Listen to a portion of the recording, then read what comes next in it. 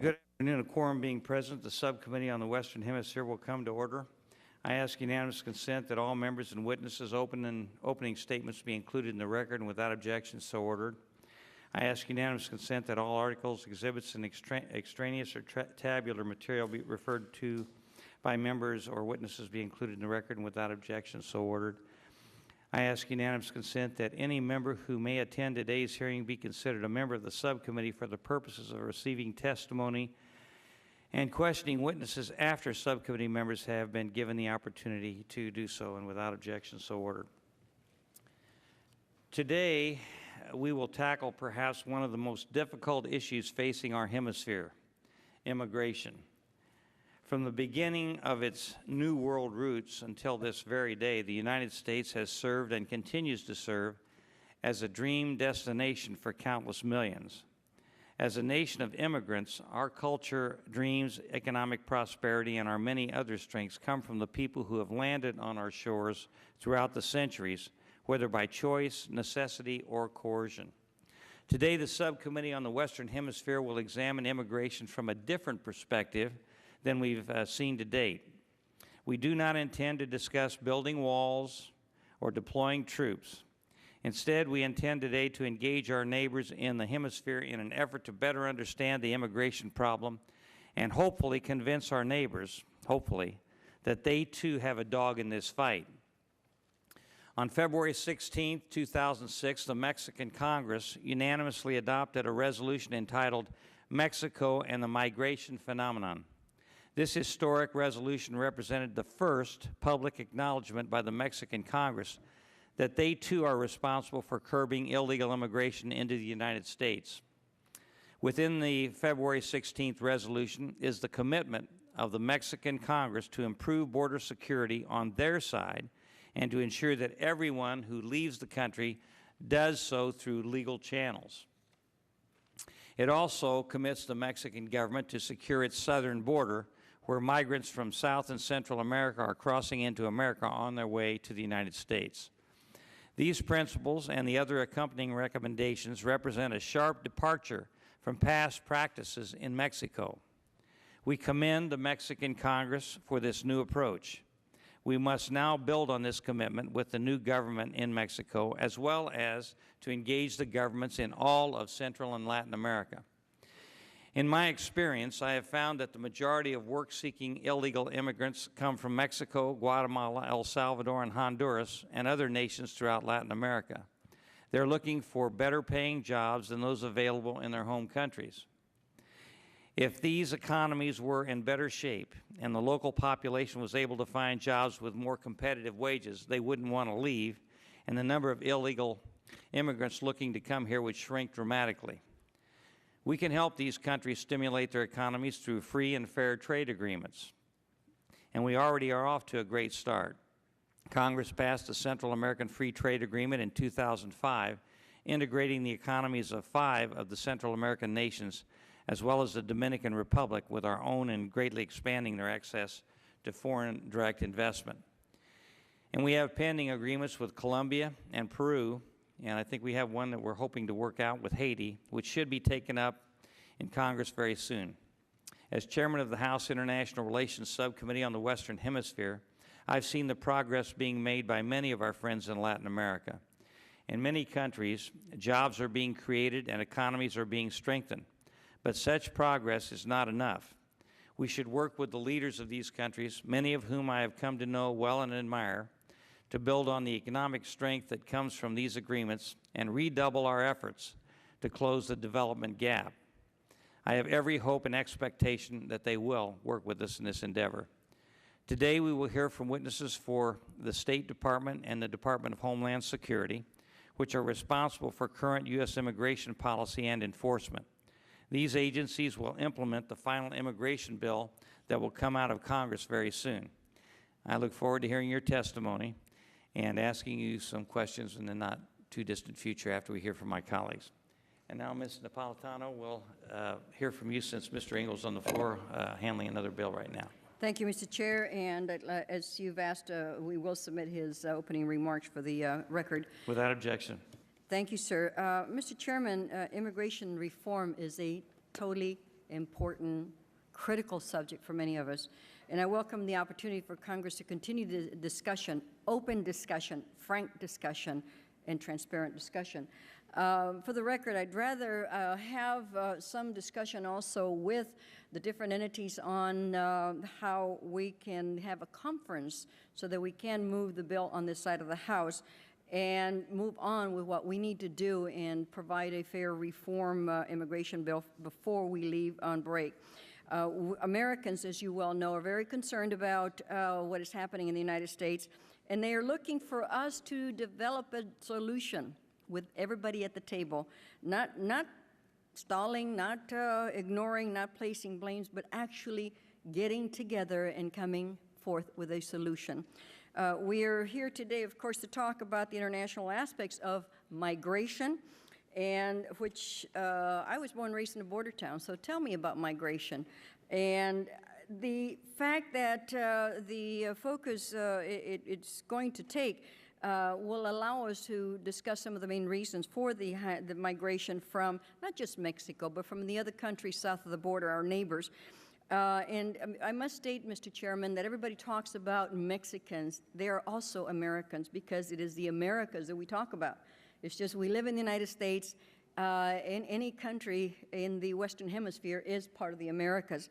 As you well know, the primary drive of the migration to the United States is the lure of good-paying jobs, or at least jobs that they can send money home to be able to survive. That's where we've failed, Mr. Chairman. We have not worked consistently with our neighbors south of the border to allow them to work on developing their economy to where their working men and some women cross the border to be able to maintain their family.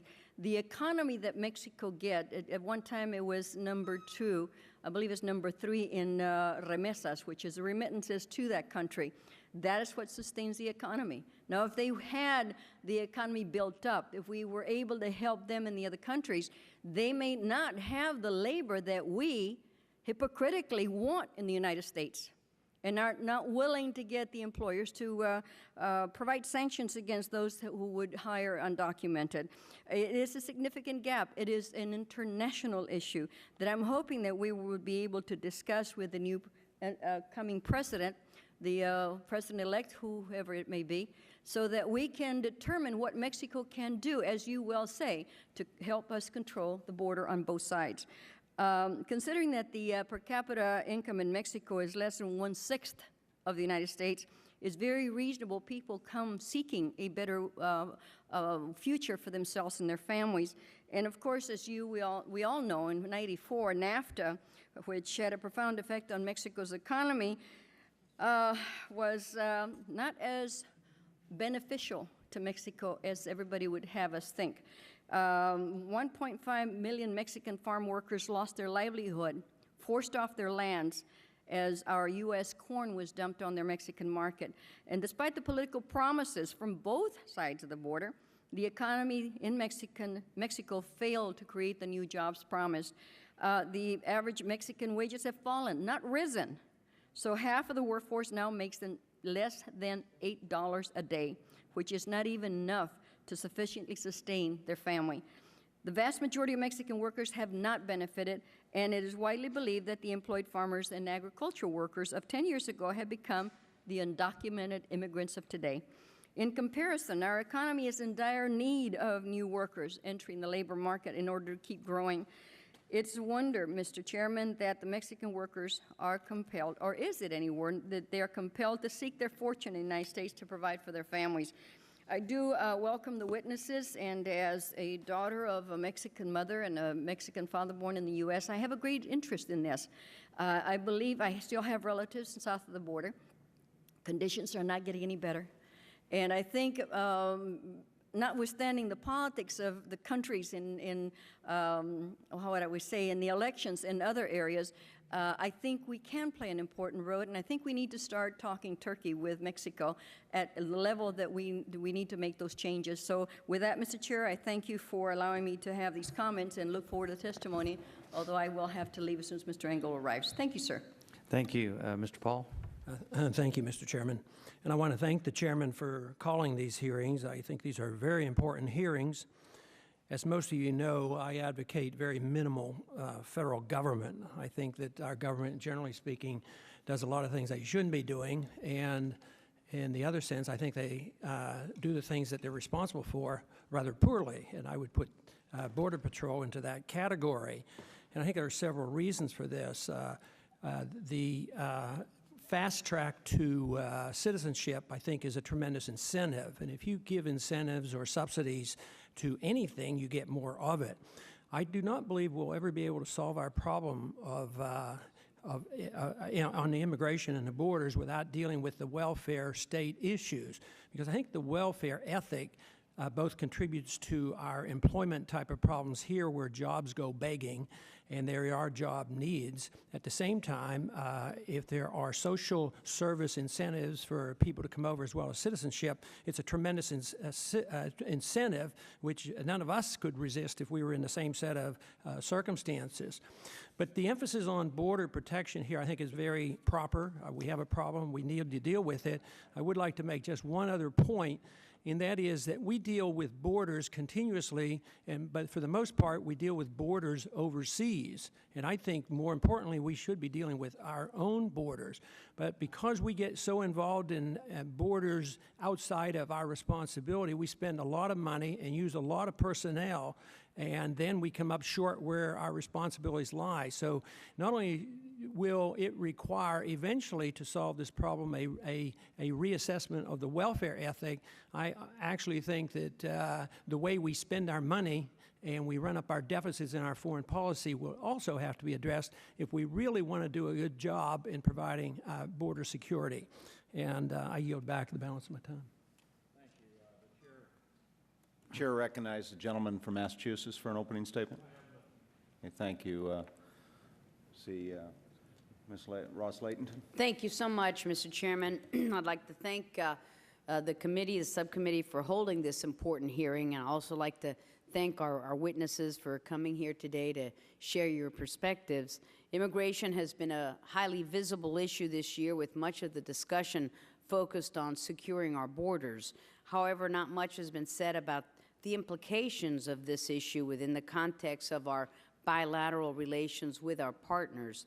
This issue cannot be viewed in a vacuum, but rather a broader, more integrated approach must be taken that examines the interrelationship between our foreign policy, the response of the governments in the region, and the conditions that drive immigration from the Western Hemisphere into the United States.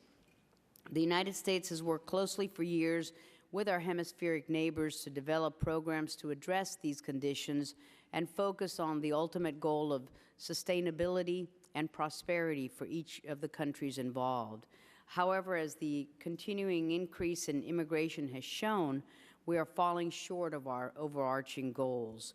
As such, the United States must make its assistance programs more effective to bring economic growth, success, and lasting viability to our neighbors, and to ensure that recipient governments are meeting the requirements and conditions that we have set, conditions that will reap benefits for the people in these countries and for the security here in the United States. Implementing this method, we are able to transition our assistance efforts into a constructive partnership with the eligible democratic countries in the Western Hemisphere. This will also serve as antidotes to the frustration and the conditions that can breed Islamist extremist groups and other terrorist entities such as the FARC. In addition, our approach must include a strong law enforcement, counter-narcotics, and counter-terrorism components.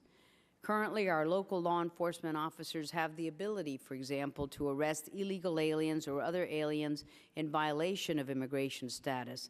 This is of particular importance as 3 of the 4 hijackers from 9/11 who were stopped by law enforcement officers for traffic violations were in civil violation of their immigration status, but sadly our law enforcement officers did not have the tools to detain for these civil violations.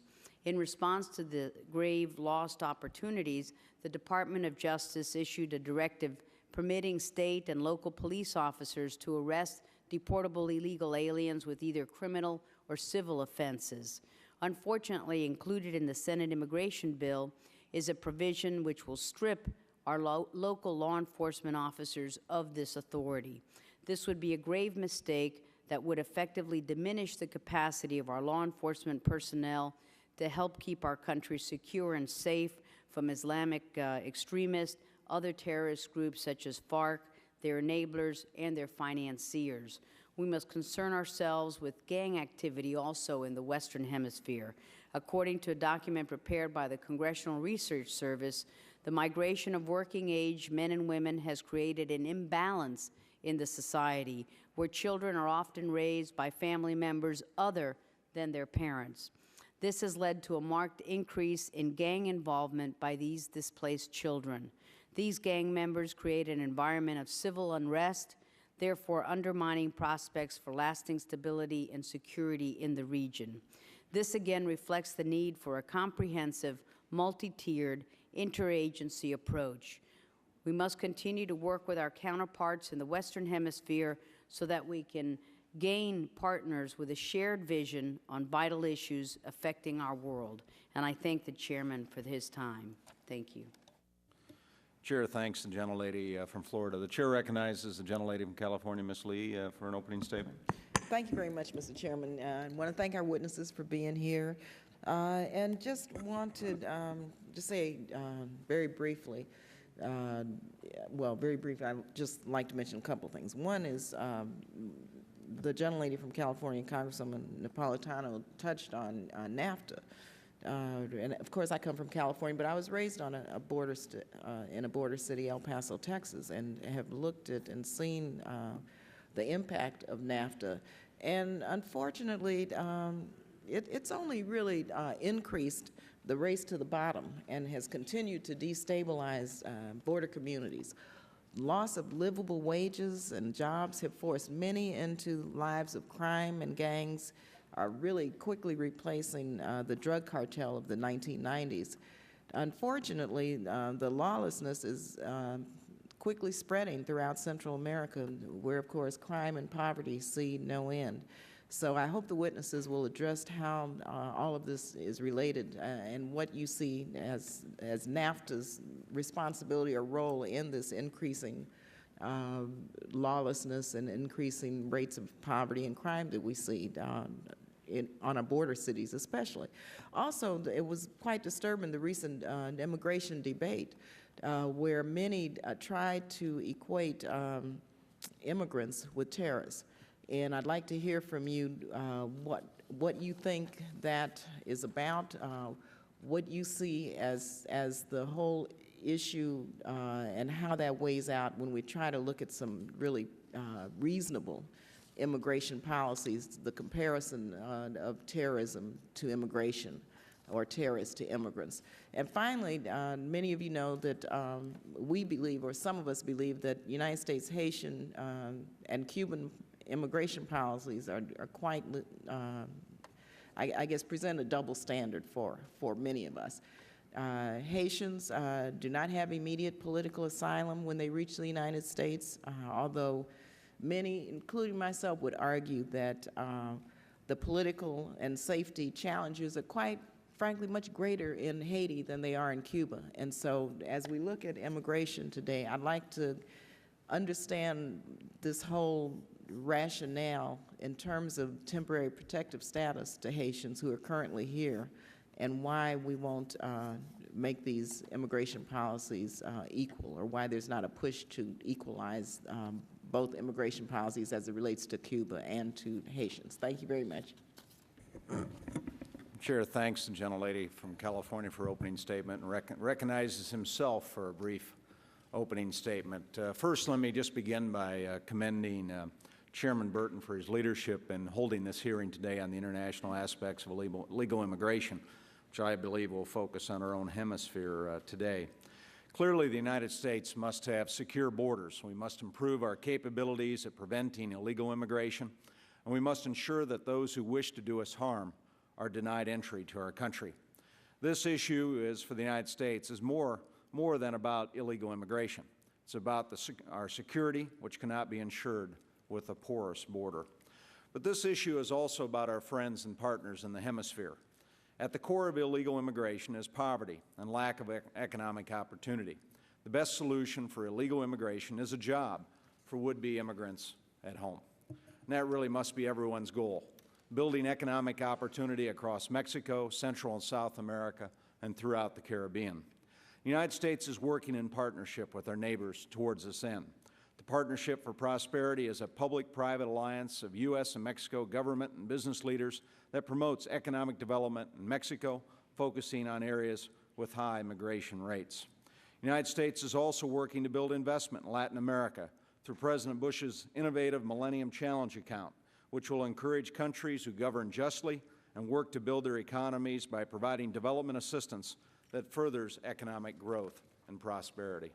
In seeing USAID's work firsthand, I've visited sites where we are empowering people to build goods suitable for the export market, such as furniture manufacturing in Honduras, or projects in Colombia to encourage coca growers to switch to growing coffee as a profitable alternative to growing coca, an illicit crop. These are success stories our policies must continue to encourage, providing economic opportunity at home to reduce migration to the United States. Finally, we must continue to pursue our trade partnership with the Americas. The passage of the Dominican Republic Central American Free Trade Agreement last year is bringing new economic investment to that region, which will create new jobs, again helping to stem the tide of migration. But our work in the trade agenda is far from complete. In our Congress, we have begun the process of deliberations over the Peru Trade Promotion Agreement. The current trade preferences for Peru expire at the end of this year, so it is imperative that we pass the Peru Trade Promotion Agreement to sustain and build the jobs created under the Ending Trade Preference Drug Enforcement Act. In fact, the Association of Peruvian Exporters estimates that 2.2 million jobs could be lost in Peru without ratification of the Peru Trade Promotion Agreement. We must ensure this does not happen. Again, the United States must have secure borders, but we must also have solid policies that will encourage good governance, economic development, and job creation in our hemisphere if we are going to really stem the tide of illegal immigration. I look forward to our witness thoughts today and how best to accomplish this goal by working with our friends in our own hemisphere.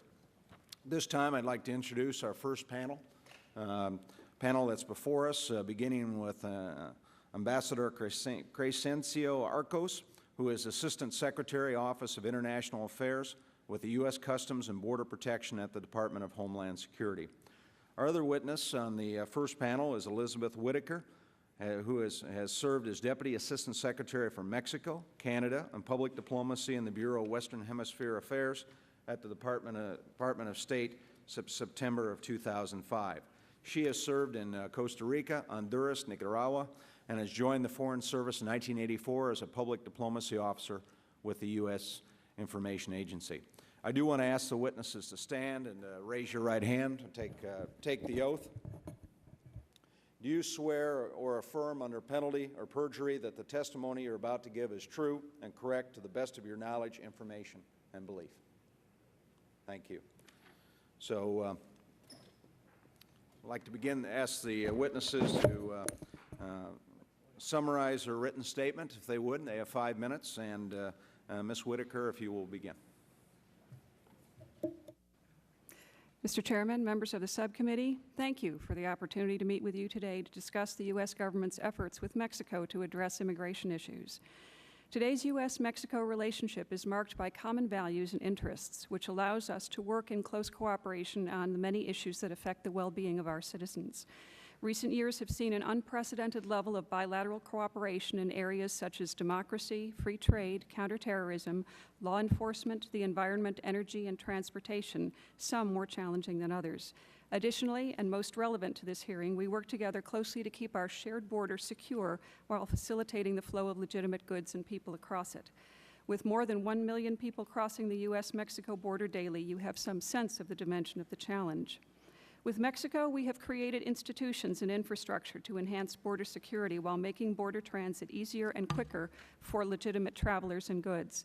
The U.S.-Mexico Border Partnership, established by agreement of Presidents Bush and Fox in 2002, and now largely incorporated into the Security and Prosperity Partnership, SPP, continues to pursue those goals. That program established trusted traveler programs for both passengers, the Sentry program, and cargo, fast lanes, to allow us to focus on real threats at the border. It's clear that with the trade relationship, the dimensions of which we have with Mexico, over $270 billion per year and second only in size to our trade with Canada, we must continue to make those crossings even more swift and safe, and we are committed to doing even more to achieve that goal. The rise of border crime and violence, largely due to the activities of narco-trafficking organizations, remains a significant challenge.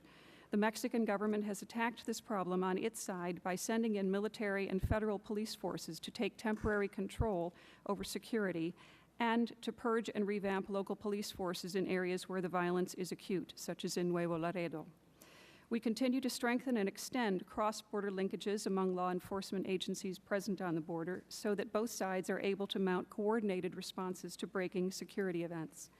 Our border liaison mechanism meetings, hosted by each of the Department of State's border posts and their Mexican diplomatic counterparts 2 to 4 times a year, bring together U.S. and Mexican diplomatic, law enforcement, and other personnel from all levels of government on both sides to discuss issues requiring operational and policy coordination. These efforts must continue. Mexico has taken its own measures to stem the flow of illegal immigrants on its southern border, people clearly headed to the United States. In 2005, Mexico deported 235,000 people who had crossed its border illegally. The government of Mexico has tightened its visa regime to require that nationals from countries that were sending large numbers of illegal immigrants apply for Mexican visas before entering that country. Mexico has signed agreements with Guatemala and Belize to reinforce their shared borders against illegal crossings. We, in the U.S. government, have supported Mexican efforts to control its southern borders by establishing, training, and equipping 3 specialized mobile interdiction teams and providing 3 highly sophisticated mobile inspection vans that can inspect cargo vehicles for contraband and hidden passengers. In addition, the U.S. government has sponsored border safety training for Mexican officials in Chiapas. Such cooperation on so many fronts is critical on Mexico's southern border, which is remote, sparsely populated, and essentially porous. President Fox took office in Mexico, making immigration reform in the United States his #1 foreign policy priority, but we and he know that immigration has domestic roots. We know that immigration from Mexico to the U.S. will not be permanently reduced until Mexico's economy is more competitive and produces more jobs, and the government improves education and infrastructure in Mexico's poorer states. Indeed, this was the central thrust of immigration commentary by all of Mexico's presidential candidates during the recent campaign. The U.S. government shares that view that the best way to reduce illegal immigration is through economic development. Since NAFTA went into effect in 1994, trade between the U.S. and Mexico has almost quadrupled, and direct investment between the countries has flourished. There is substantial evidence that trade has played a very positive role in Mexico's development. For example, Mexican firms that export have created more than half of Mexico's new jobs since 1995, and those jobs pay on average 40% more than jobs in Mexican firms that do not export. To help those who have not yet benefited from NAFTA, however, the Partnership for Prosperity, or P4P, a public-private sector initiative, was launched by President Bush and President Fox in September 2001. P4P projects focus existing resources primarily on Mexico's poor migrant-producing states. For example, under it, Mexico and OPIC signed an agreement in 2004 for well over $800 million in financing for projects such as affordable housing and potable water.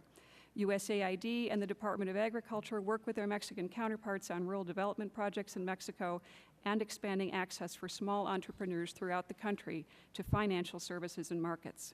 All of this P4P activity is with an eye to increasing Mexico's competitiveness, increasing employment and incomes, and decreasing the flow of immigrants. Mexico's own government invests heavily in its own development programs as well. One such program grants funds to indigenous cooperatives and individually owned businesses for market development and export promotion. Mexico's Oportunidades program, with assistance from the World Bank, provides money to poor families, which ensure that their children attend school and get regular medical checkups. This year, Mexico's National Employment Service began a program in border states called Deportees at Work, which rehabilitates repatriated Mexicans by giving them training and employment to keep them from migrating again. Mexicans of all political stripes recognize that development, jobs, and opportunities are the best bet for retaining the nation's pool of talent. Recognizing that a transparent and efficient justice system is needed for business competitiveness, USAID and the Department of State's International Narcotics Control and Law Enforcement Bureau support Mexican initiatives in state and federal jurisdictions to develop criminal justice reforms, train judges, prosecutors, and public defenders, and enhance the investigative and forensic capabilities of Mexican civil authorities and investigative police. We're gratified by the number of states that are requesting assistance for such reform, recognizing that it will provide swifter, more equitable justice for all, as well as a more level playing field for investors and business people, thereby stimulating economic development. Mr. Chairman, this concludes my remarks. I would be happy to answer any questions you or other members of the subcommittee may have. Thank you. Thank you, Ms. Whitaker. Ambassador Arcos.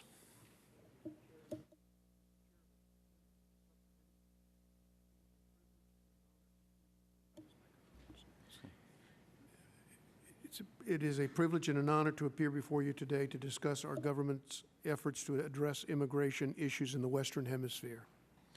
As the Assistant Secretary for International Affairs in the Department of Homeland Security, I am particularly honored to describe the Department's work to contribute to the comprehensive immigration reform that the administration seeks. First, though, I want to express my gratitude to the committee for its support of key initiatives with our Canadian counterparts, Mexican counterparts, and other neighbors in the Caribbean and Latin America.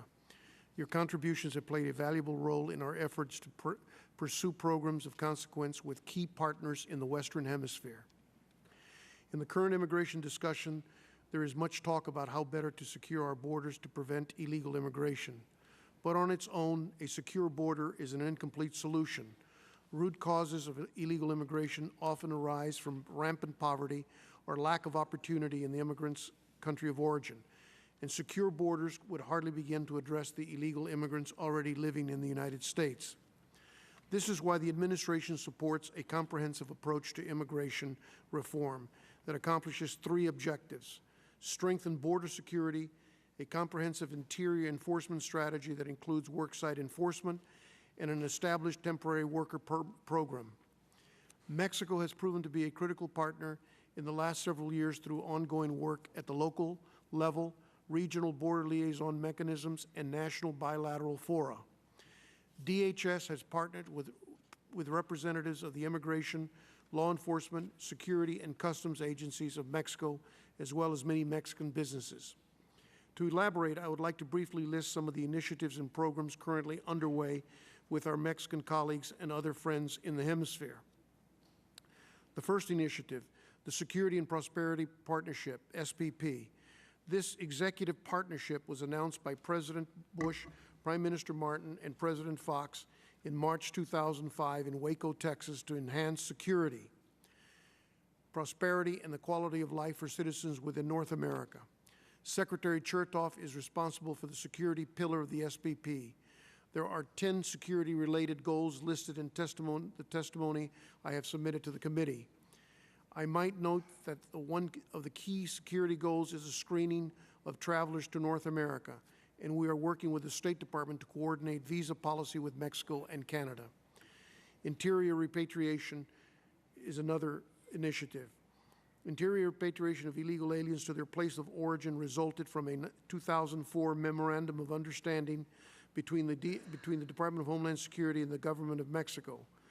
The Interior Repatriation Program seeks to diminish the illegals' attempts to re-enter the U.S. immediately across perilous terrain and harsh summer heat, while simultaneously limiting their contact with human smugglers who operate near the U.S.-Mexican border. For the past 2 summers, the U.S. and Mexican officials have collaborated to return nearly 35,000 Mexican nationals to hometowns in Mexico's interior. We're also working with Mexican officials to update and implement local repatriation arrangements within DHS and Mexican consulates throughout the United States. Still another initiative, Border Enforcement and Security Task Force, which is known as BEST. On January 6, 2006, Secretary Chertoff announced the formation of BEST, which represents an integrated effort to combat border violence. This effort involves DHS components, state and local enforcement agencies, and Mexico's Center for Investigation and National Security, known as CISEN. The first two test sites for it are Laredo, Texas, and Tucson, Arizona. The goals are to reduce border violence and disrupt the violent organizations that are its cause. Another initiative, the U.S.-Mexico Action Plan to Combat Border Violence, which was signed March 3, 2006 in Brownsville, Texas, between Secretary Chertoff and his Mexican counterpart, Secretary of Governance and Public Safety, Carlos Abascal. The action plan commits both governments to combat border violence and improve public safety while sharpening procedures for response to the incidents of violence and illegal crossings across the U.S.-Mexico border. And another initiative, the Operation Against Smugglers and Traffickers Initiative on Safety and Security, known as OASIS. OASIS ensures that criminal records for smugglers who were previously caught and released are used to detain those who previously escaped prosecution. Through OASIS, we have successfully processed 215 cases in cooperation with the Mexican Attorney General's office. OASIS is now operational all along the U.S.-Mexico border area. Mr. Chairman, members of the subcommittee, I have outlined key initiatives today that the Department of Homeland Security has taken with the government of Mexico and other nations in the hemisphere to address the challenges to security and prosperity that the so-called immigration crisis presents. As noted today, our work has hardly begun. Only through comprehensive immigration reform, which includes secure border, expanded domestic enforcement of our immigration laws, and the ultimate realization of a temporary worker program, will begin to ensure that immigration is regarded as a national boon. Legal immigration is regarded as the national boon that it is. Thank you, and I would be happy to answer any questions, Mr. Chairman. Thank you, Ambassador Arco. Ms. Whitaker, one of the common themes that I certainly listened as I listened to my colleagues on both sides of the aisle, and frankly, knowing that their positions in the so-called immigration debate, one area of commonality I certainly heard was clearly good jobs at home discourages illegal immigration. And that I think we would all say that all of us here in this dais would like to see the day that remittances are no longer the primary source of income in many national economies in Central and Latin America. How would you assess our partners and their efforts in creating the economic climates, particularly in the nations that currently are a source of illegal migrants? Their efforts to create the economic climate at home that actually encourages, attracts investment, and creates jobs at home. I'm happy to comment on indeed the kinds of things that Mexico is doing and make some general reference to the Central American countries. Indeed, the Mexican government has been quite clear, both in statements which were mentioned in some of your statements earlier today, but also during the presidential election. The campaign rhetoric of all three parties was focused on the need to create opportunities for Mexicans at home, which we found very much in tune with our thinking, of course. Mexico is a middle-income country, but it is true that a large number of Mexicans continue to enter the U.S. illegally. And I think that really is certainly because they're looking for better opportunities, and the economic opportunities that exist in Mexico, even in a climate of current growth, which is about 3% or a little bit more so far this year, are not distributed evenly. And what we are working and discussing with the Mexicans is that indeed to try to broaden the base of opportunities, taking a two-part approach. One is the Partnership for Prosperity programs, which we talked about, a private-public sector partnership to try to address some of the needs and create opportunities for those who have not been yet lifted up, if you will, by NAFTA. But also working with the Mexican government and urging them to focus on some additional reforms, whether in fiscal policy, energy policy, labor, to try to foster broader-based growth that will give opportunities to all. How about Central America? What's your assessment there? In Central America, I believe we heard mention of the Central American Free Trade Agreement, the DR Free Trade Agreement, which we like to think will be like NAFTA in beginning to turn the tide in the countries of Central America. That plus the Millennium Challenge Corporation, which is providing assistance to Honduras, and Nicaragua, and I believe El Salvador and Guatemala are working on trying to qualify for some of those grants. Again, programs whereby we're trying to create economic opportunities, and MCC providing assistance according to plans that have been developed by the countries themselves, according to specific criteria of good governance that the Millennium Challenge Corporation has laid out. It's a Ms. long-term Whitaker, solution. you mentioned the Millennium Challenge account, and we've seen, of course, the MCA has generated a number of contracts, and I, for one, have been a very strong supporter of the goals that President Bush has outlined with the Millennium Challenge account. But you know, these contracts have been signed, but when are we going to see some concrete poured? You know, Honduras is, there's supposed to be a coastal road from one coast to the other to provide access to markets for farmers and small manufacturers, and the same in northern Nicaragua. When are we actually going to see some fruit coming from these contracts? I can't give you a date. I don't have a date off the top of my head as to when we're going to see contracts poured, but I do know that in both Honduras and Nicaragua, we have identified specific projects, and they are indeed focused on infrastructure to bring products to market. But I'd be glad to try to get a better fix on that date and bring it back to you. I would ask for a timetable. Certainly. Because I'm concerned that we're taking a long time to actually see some real results other than contracts being signed. Of course. USAID, of course, has had programs in place, particularly in the rural areas. And if you look at the areas of many of our friends, the countries which are sources of illegal immigration, a lot of these illegal immigrants are coming from the rural areas.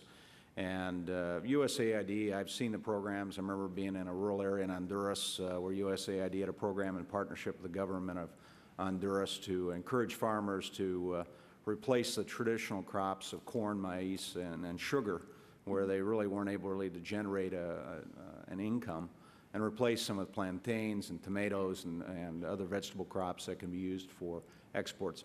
What's the direction of these programs? Can you just outline what your plans are? Do you feel this is a good investment? Do you plan to expand it? What direction do you plan to take?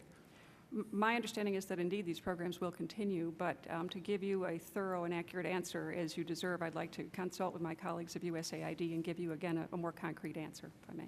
Okay, well, I would welcome some details. While we're on the subject of USAID programs in Mexico, I particularly want to ask about, you know, there's been an effort through USAID, especially in the areas of anti-corruption, transparency, accountability, and these programs are being cut, and programs that are promoting competitiveness are being underfunded. And I, for one, think that programs of this nature are pretty important as we try and encourage economic growth. Transparency of law, eliminating corruption certainly has a significant impact on attracting investment and the creation of jobs and promoting a stable economy. And if that's our goal, if we want to create jobs at home to discourage illegal immigration, I wonder why this is occurring. So can you explain why these programs have been cut and underfunded, and is this a result of the decision in FY05 levels of economic support funds and developmental assistance for Mexico being cut in the FY06 and FY07 budget? I, for one, think these programs are pretty valuable tools if we want to discourage illegal immigration. And why doesn't USAID and the Department of State, your agency, consider these programs essential? I think we would agree with you that they're very important programs in Mexico, and certainly in terms of the anti-corruption and transparency programs that AID has sponsored, along with criminal justice reform, competitiveness, and also supporting a number of state initiatives. I think indeed the aid programs have been very effective. My understanding is indeed that the ESF levels for 06 may well be lower than 05. I don't have a precise figure on that because we're in the midst of the fiscal year, of course. My understanding just in general of the budget process, and again, I'm happy to try to get you more specifics, is that indeed, as the State Department looks at its overall foreign assistance planning, indeed, this is a much bigger issue, and I think the Secretary is leading an effort. You know, again, Ms. Whitaker, I'm looking for an answer.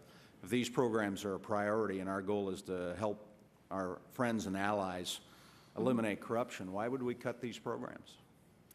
That's a very good point, and what I'd like to do is to get you a more concrete Because, again, answer. it's your administration that's submitting this budget request that recommended the cuts in areas you say are a priority. Yes, sir. I'll be glad to get you a more precise answer, sir. Okay. Gentlelady from California, Ms. Lee. Thank you very much. Okay, going back to one of the points I made in my opening statement, Ms. Whittaker, U.S. Haitian versus Cuban policy, immigration policy at least, continues to remain a double standard. Haitians do not have immediate political asylum when they reach the United States, although I said I would argue that the political and safety challenges are much greater in Haiti than they are in Cuba. And it's clear to me that this policy must change, and we must provide temporary protective status to Haitians who are currently here in the United States seeking political asylum. Now, I know there's been a lot of talk about it, but that's about all that's happened. It's just a lot of talk. And I don't know why this administration continues to uphold an unfair and oftentimes it's perceived as a racist policy against Haitians seeking refuge in the United States. Of course, Haitians who come are black, and for the most part, the majority of Cubans who come are white. And so I would like to find out why this talk is just talk, and you don't move toward granting temporary protective asylum status to Haitians. I'm happy to. Again, I'm not an expert in either Cuban or Haitian temporary protective status policy. I do know, of course, that the Cuban policy is the product of many years of deliberations under many different administrations of both parties. But I'd be glad to try to get back to you with a better sense of the status of the conversation over the difference in policy.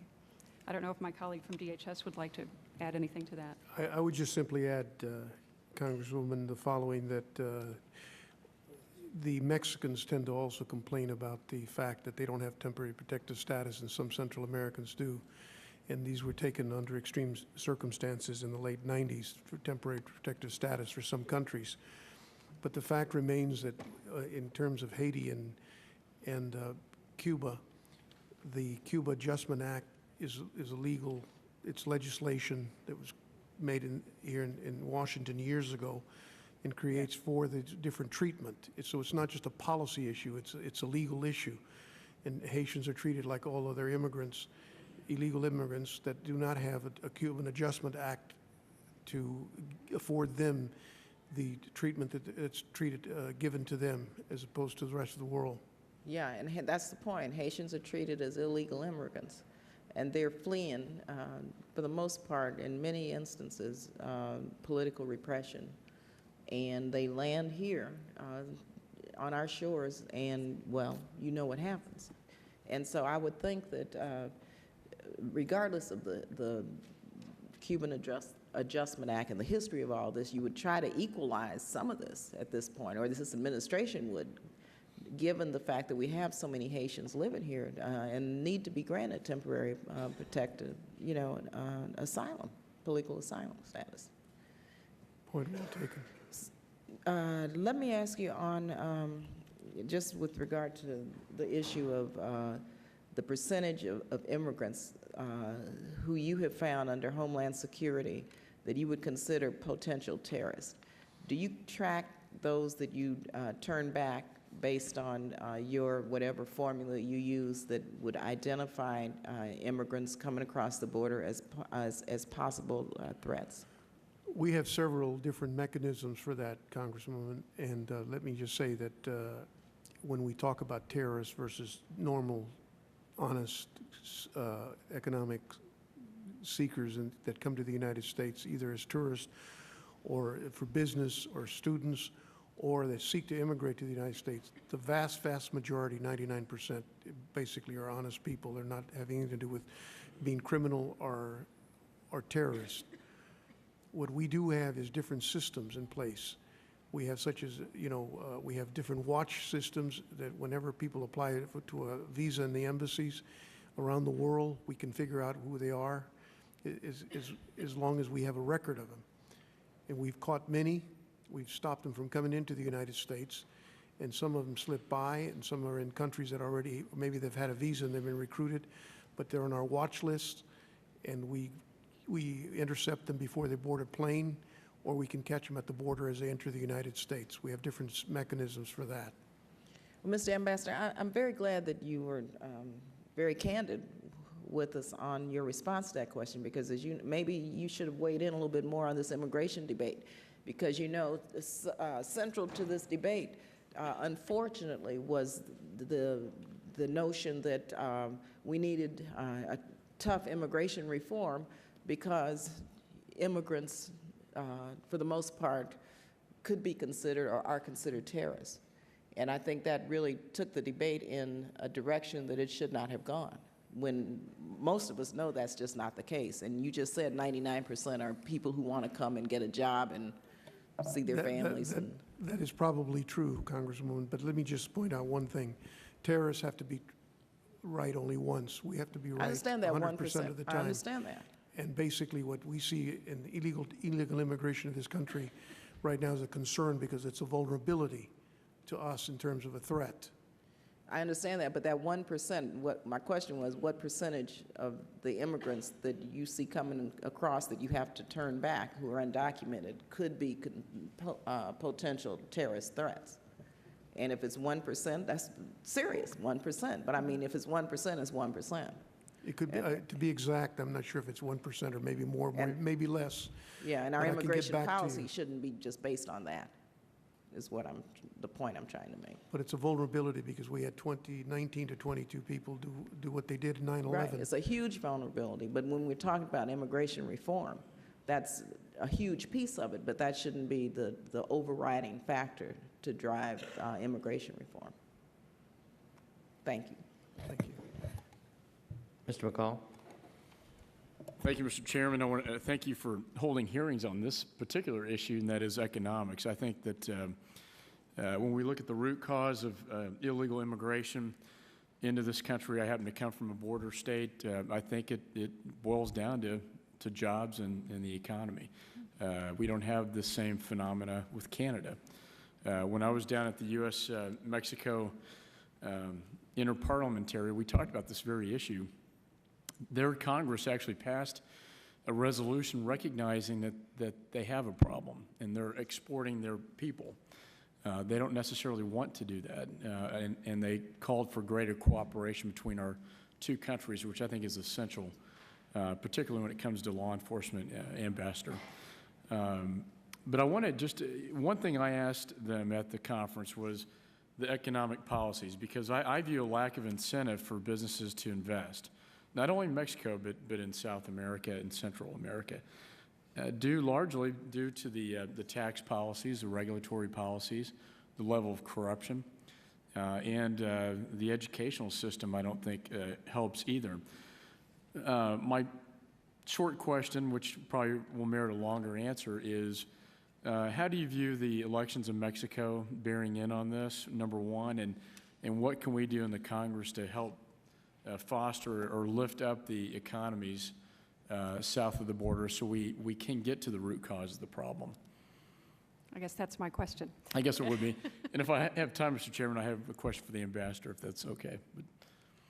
At this stage, we, like all of you, await the decision of the Mexican Electoral Tribunal in making a final determination of who has won the Mexican elections. What we found heartening was indeed listening to the campaign discussion of immigration, which really, without exception, from all of the three major candidates, focused indeed on the things that Mexico had to do to keep its talent at home and to create opportunities for the Mexican people. The other part of this, of course, was also an acknowledgement that any country, the United States and Mexico, or any country, has the right to protect its borders and keep its people secure. And of course, Mexico, with a 700-mile border to the south, which, as you know, sir, is pretty remote and porous. I think they're well aware of the fact that they have many of the same concerns that we do with regard to border security. And so, given that, I think we are quite optimistic that whoever is finally declared through the decision of the Electoral Tribunal, and we indeed believe that we will see free and fair results coming out of the tribunal, that whoever is the new president of Mexico will indeed embrace the rhetoric which all three espoused during the campaign. I think that points us to a future of Mexican leadership working with the Congress there, of trying to continue policies in terms of making some of the difficult decisions on economic reform, energy reform, labor reform, which complement, I think, some of the international programs that exist, such as our P4P program and some of the AID programs, which are trying to, again, address the pockets of Mexican society where perhaps the benefits of free trade have not yet arrived, and bring up to create opportunities for the Mexicans who do not yet have them. Why the disparity in wealth in Mexico? I think it's the unequal distribution of opportunities. I think, you know, they talk often about the rising tide of NAFTA lifting all boats. I think it is not across the board lifting all of those boats equally, and that's why we have been working with international financial institutions and with our Mexican counterparts, and also with our private sector on both sides in P4P, to try to create some complements to free trade, to address some of the areas that, again, are not yet lifted up by the benefits of free trade. Do you think there's any openness to changing their tax structure, particularly when it comes to foreign investment? I think it's something that certainly any new government will look at. It would be really, I think, irresponsible of me to try to predict at this time, but certainly economic growth and reform is an ongoing discussion we're having with our Mexican counterparts. We'll continue to press that in the Congress. Ambassador, we met with the ambassador from Mexico, put together a group of Deputy Attorney General for Organized Crime, the Secretary of Foreign Affairs, and they gave us a briefing on the cooperation with respect to law enforcement. I do believe it is improving. But I wanted to get your thoughts on that. And also, if I could ask a question, I agree with you. The majority are coming here to work, but it only takes one mistake to be fatal, and that's the 1% we're most concerned with. Can you comment on the level of cooperation, both in terms of military, police, and intelligence, and then secondly, comment on the numbers of OTMs and special interest aliens crossing into this country? We talk a lot about OTNs, but really the special interest aliens are really the core of what should be the focus in terms of who's getting in, or, you know, is that number rising or going down as we ramp up our enforcement measures? Thank you, sir. Thank you, Mr. Congressman. Let me begin by talking about a little bit about when I came on board Homeland Security well over 3 years ago with Tom Ridge. And one of the things that we discussed with in terms of our southern border and our northern border in terms of comparison is how do you measure the success at the end of a period of time? And I think that after 3 years, there's been enormous success in terms of dealing with Mexico. We still have a long way to go, I think, in terms of the institutionalization of the relationship with the law enforcement community. We have a very established relationship with the Canadian counterpart institutions in Canada with their counterparts in the United States. We would hope at the end of the day, when we have metrics to measure the success with Mexico, that we have institutionalized those relationships that are not based just on personality and the given crises of the moment, but that they be really, truly institutional. And during the Fox administration for the last 6 years, we've seen tremendous strides in terms of institutionalizing these relationships, particularly with our Border Patrol, our customs people, and our immigration people. And I think there's plenty of data I can get to you in terms to quantify the specifics of that and how it's improved. In terms of the OTM other than Mexicans, clearly that was a concern 3 years ago. The number is not as alarming as it was 3 years ago. And one simple reason, we worked very closely with the State Department in trying to sort of unify a North American visa policy. And we work with both Canada and Mexico in terms of dealing with a visa policy that's more uniform, and it basically suits our interests in terms of addressing the concerns that we see in terms of threats. And particularly the case of Brazilians, we saw that we were up till about a year ago, we were catching thousands of Brazilians a year, and now that number has been drastically reduced, and I can get those numbers to you. But drastically reduced in terms of getting the Mexican government to do away with visa waiver for the Brazilians, because we were also finding a lot of South Africans and a lot of other ones that had used fraudulent documents to get to South Africa and then get to Brazil and then come on up and through Mexico. So that has been stemmed considerably, and I can get those numbers for you, sir. Special interest aliens? I'm sorry? In terms of special interest aliens, what about the numbers on those? I can get you those numbers as well. Okay, has there been an increase or decrease? A decrease. Okay. Thank you, Mr. Chairman. Thank you. Thank you. Let me just ask a few questions that I hope haven't been asked yet. I've been out of the room for a little bit. I apologize for that. You know, there's a lot of false or counterfeit or passports that are being manufactured in Mexico. Is the Mexican government doing anything about these illegal or fraudulent passports being manufactured to get to people across the border? We're not only concerned about it because of the illegal immigration, we're concerned about it from the standpoint of terrorists. And we've been told that there is an industry, if you will, that produces these passports, and we don't want a bunch of terrorists getting in on passports that are fraudulent. Mr. Chairman, if I may start that comment, and then perhaps Betsy may have another contribution to make on this issue. We've worked very closely with the Mexican government as we're working worldwide in Homeland Security with different governments to make sure that we deal with fraudulent, lost, and stolen passports, because this presents an enormous threat to all of us in the community, not just the United States, but our partners, our foreign partners. Clearly, with the technology that's available today, it's easy to make fraudulent passports. With Mexico, we have not seen so much in terms of the violation of fraudulent passports. Is basically the illegal crossings, basically. But we do know that there have been counterfeit passports in South America and Latin America in general, and we're trying to address that with the negotiations we have in the ICAO, the International Civil Aviation Organization, and trying to get biometrics. Yeah. With good biometrics, we'll be able to stem that. Machine-readable passports and biometrics. That's a digital facial. Well, I'm concerned about it primarily because of the terrorist threat.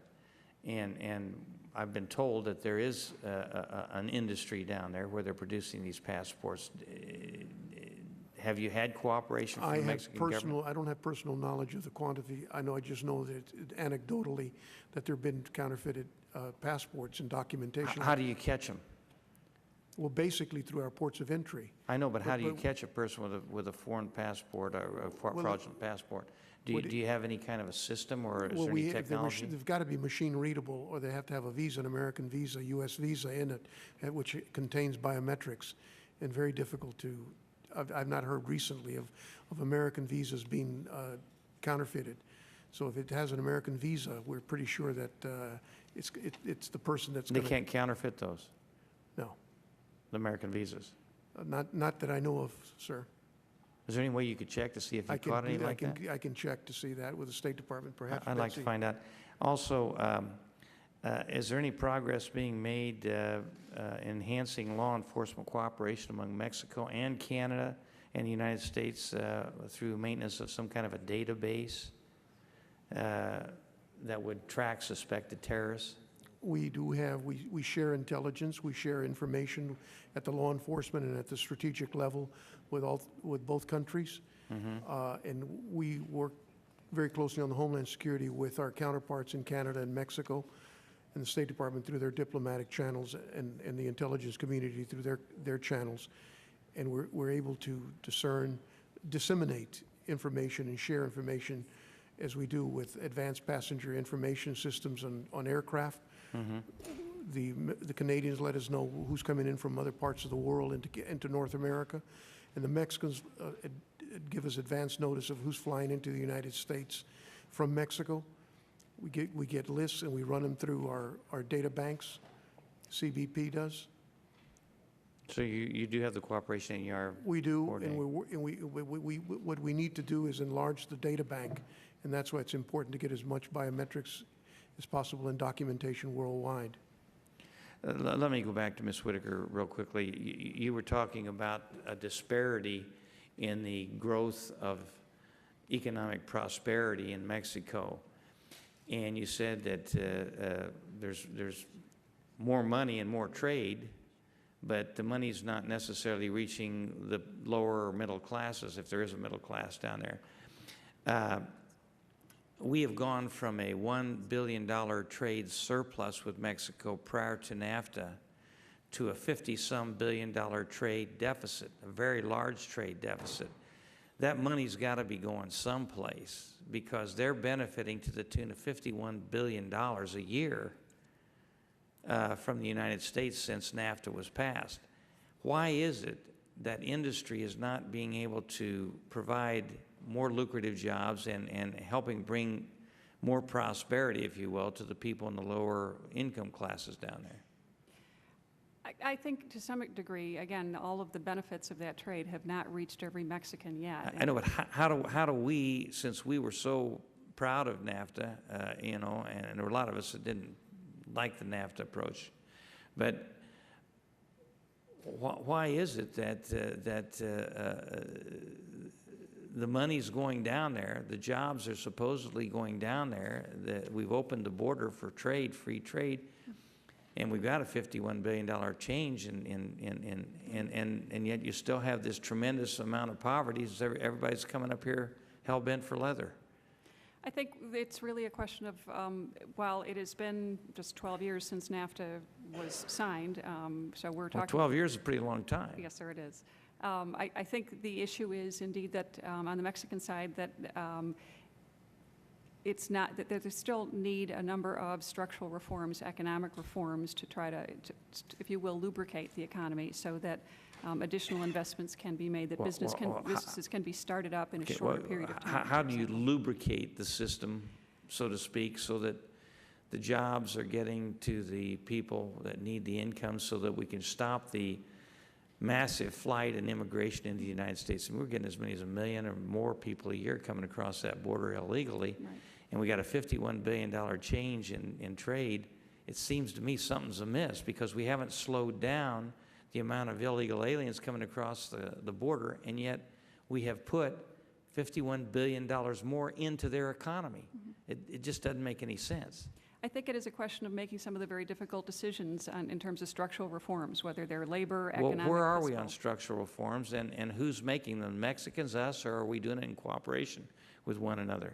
Well, Mexico did make some structural reforms at the time NAFTA was brought into effect, as you know. But there is still certainly more to be done, whether on the fiscal side, the energy side, the labor side. And while those are certainly sovereign decisions for Mexico to make. Well, I don't want to belabor this point, but are we pressing the Mexicans to make the structural reforms necessary so that the NAFTA benefits that they're getting are going to create more jobs in the middle classes or lower classes? Yes, we are. We are pushing them on that. Yes. Well, can I see some manifestation of that in some kind of documentation? Is there anything you could send us on that? I will be glad to Okay. get that to you. I have a request from the Vice Chairman for one more question, and I think she left, but if you have one more question, go ahead. Actually, Mr. Chairman, I have two quick questions. Okay, stretch it. Thank you, Mr. Chairman. You know, Ambassador Arcos, I, for one, have raised concerns regarding the concept of selling economic citizenship, where there are certain countries in our hemisphere which, to this day, for a fee, you can go and say that you're going to invest in that particular country, and then they will, in return, give you essentially documentation suggesting that you're a citizen of that particular nation, including passports, even under an assumed name. The concerns are obvious. What is the status of your agency's efforts to address this issue? Congressman, we're aware that this has happened in a very sizable, business type of situation in the 80s and 90s. Increasingly, that's not the case with the countries we're talking to in the region.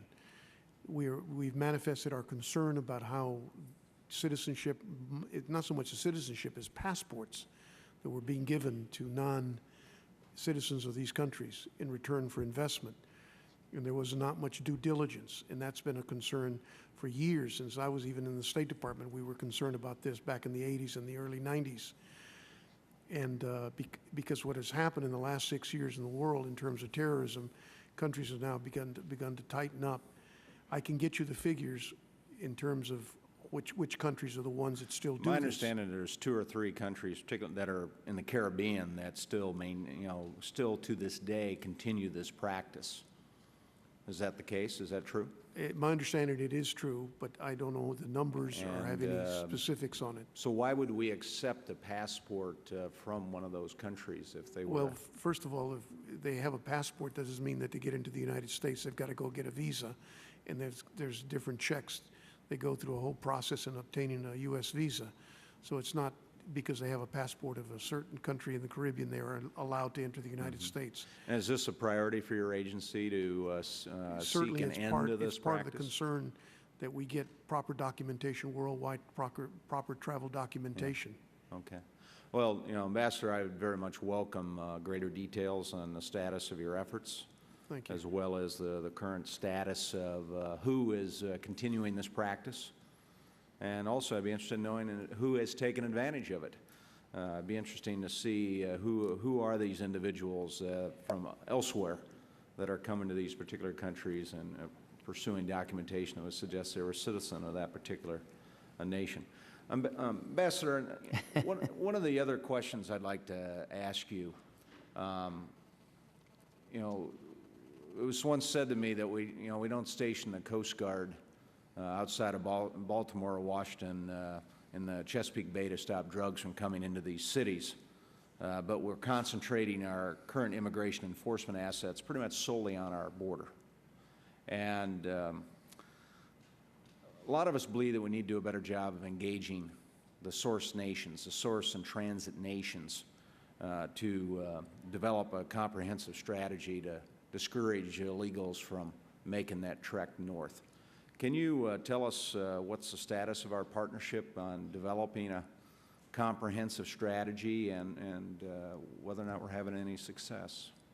If I understand your question correctly, Mr. Congressman, you're asking a comprehensive strategy to deter smuggling, human smuggling? Well, I'm interested in knowing what are we doing with in partnership with our friends in Mexico and Central America and elsewhere to discourage their citizens, to develop programs which discourage their citizens from making the trek north to come to the United States as illegals. Well, from the Homeland Security point of view, we work directly with our counterparts, the law enforcement community, in terms of having public information programs to advise them of the dangers. First of all, if they're coming by sea or coming across deserts or dangerous terrain and the threats that are presented there. We work in terms of closely trying to monitor and cooperate with each other in terms of the information that we get. And we also have this OASIS program that we have now with, if I mentioned in my prepared remarks, with Mexico in terms of addressing the traffickers and smugglers on both sides of the border.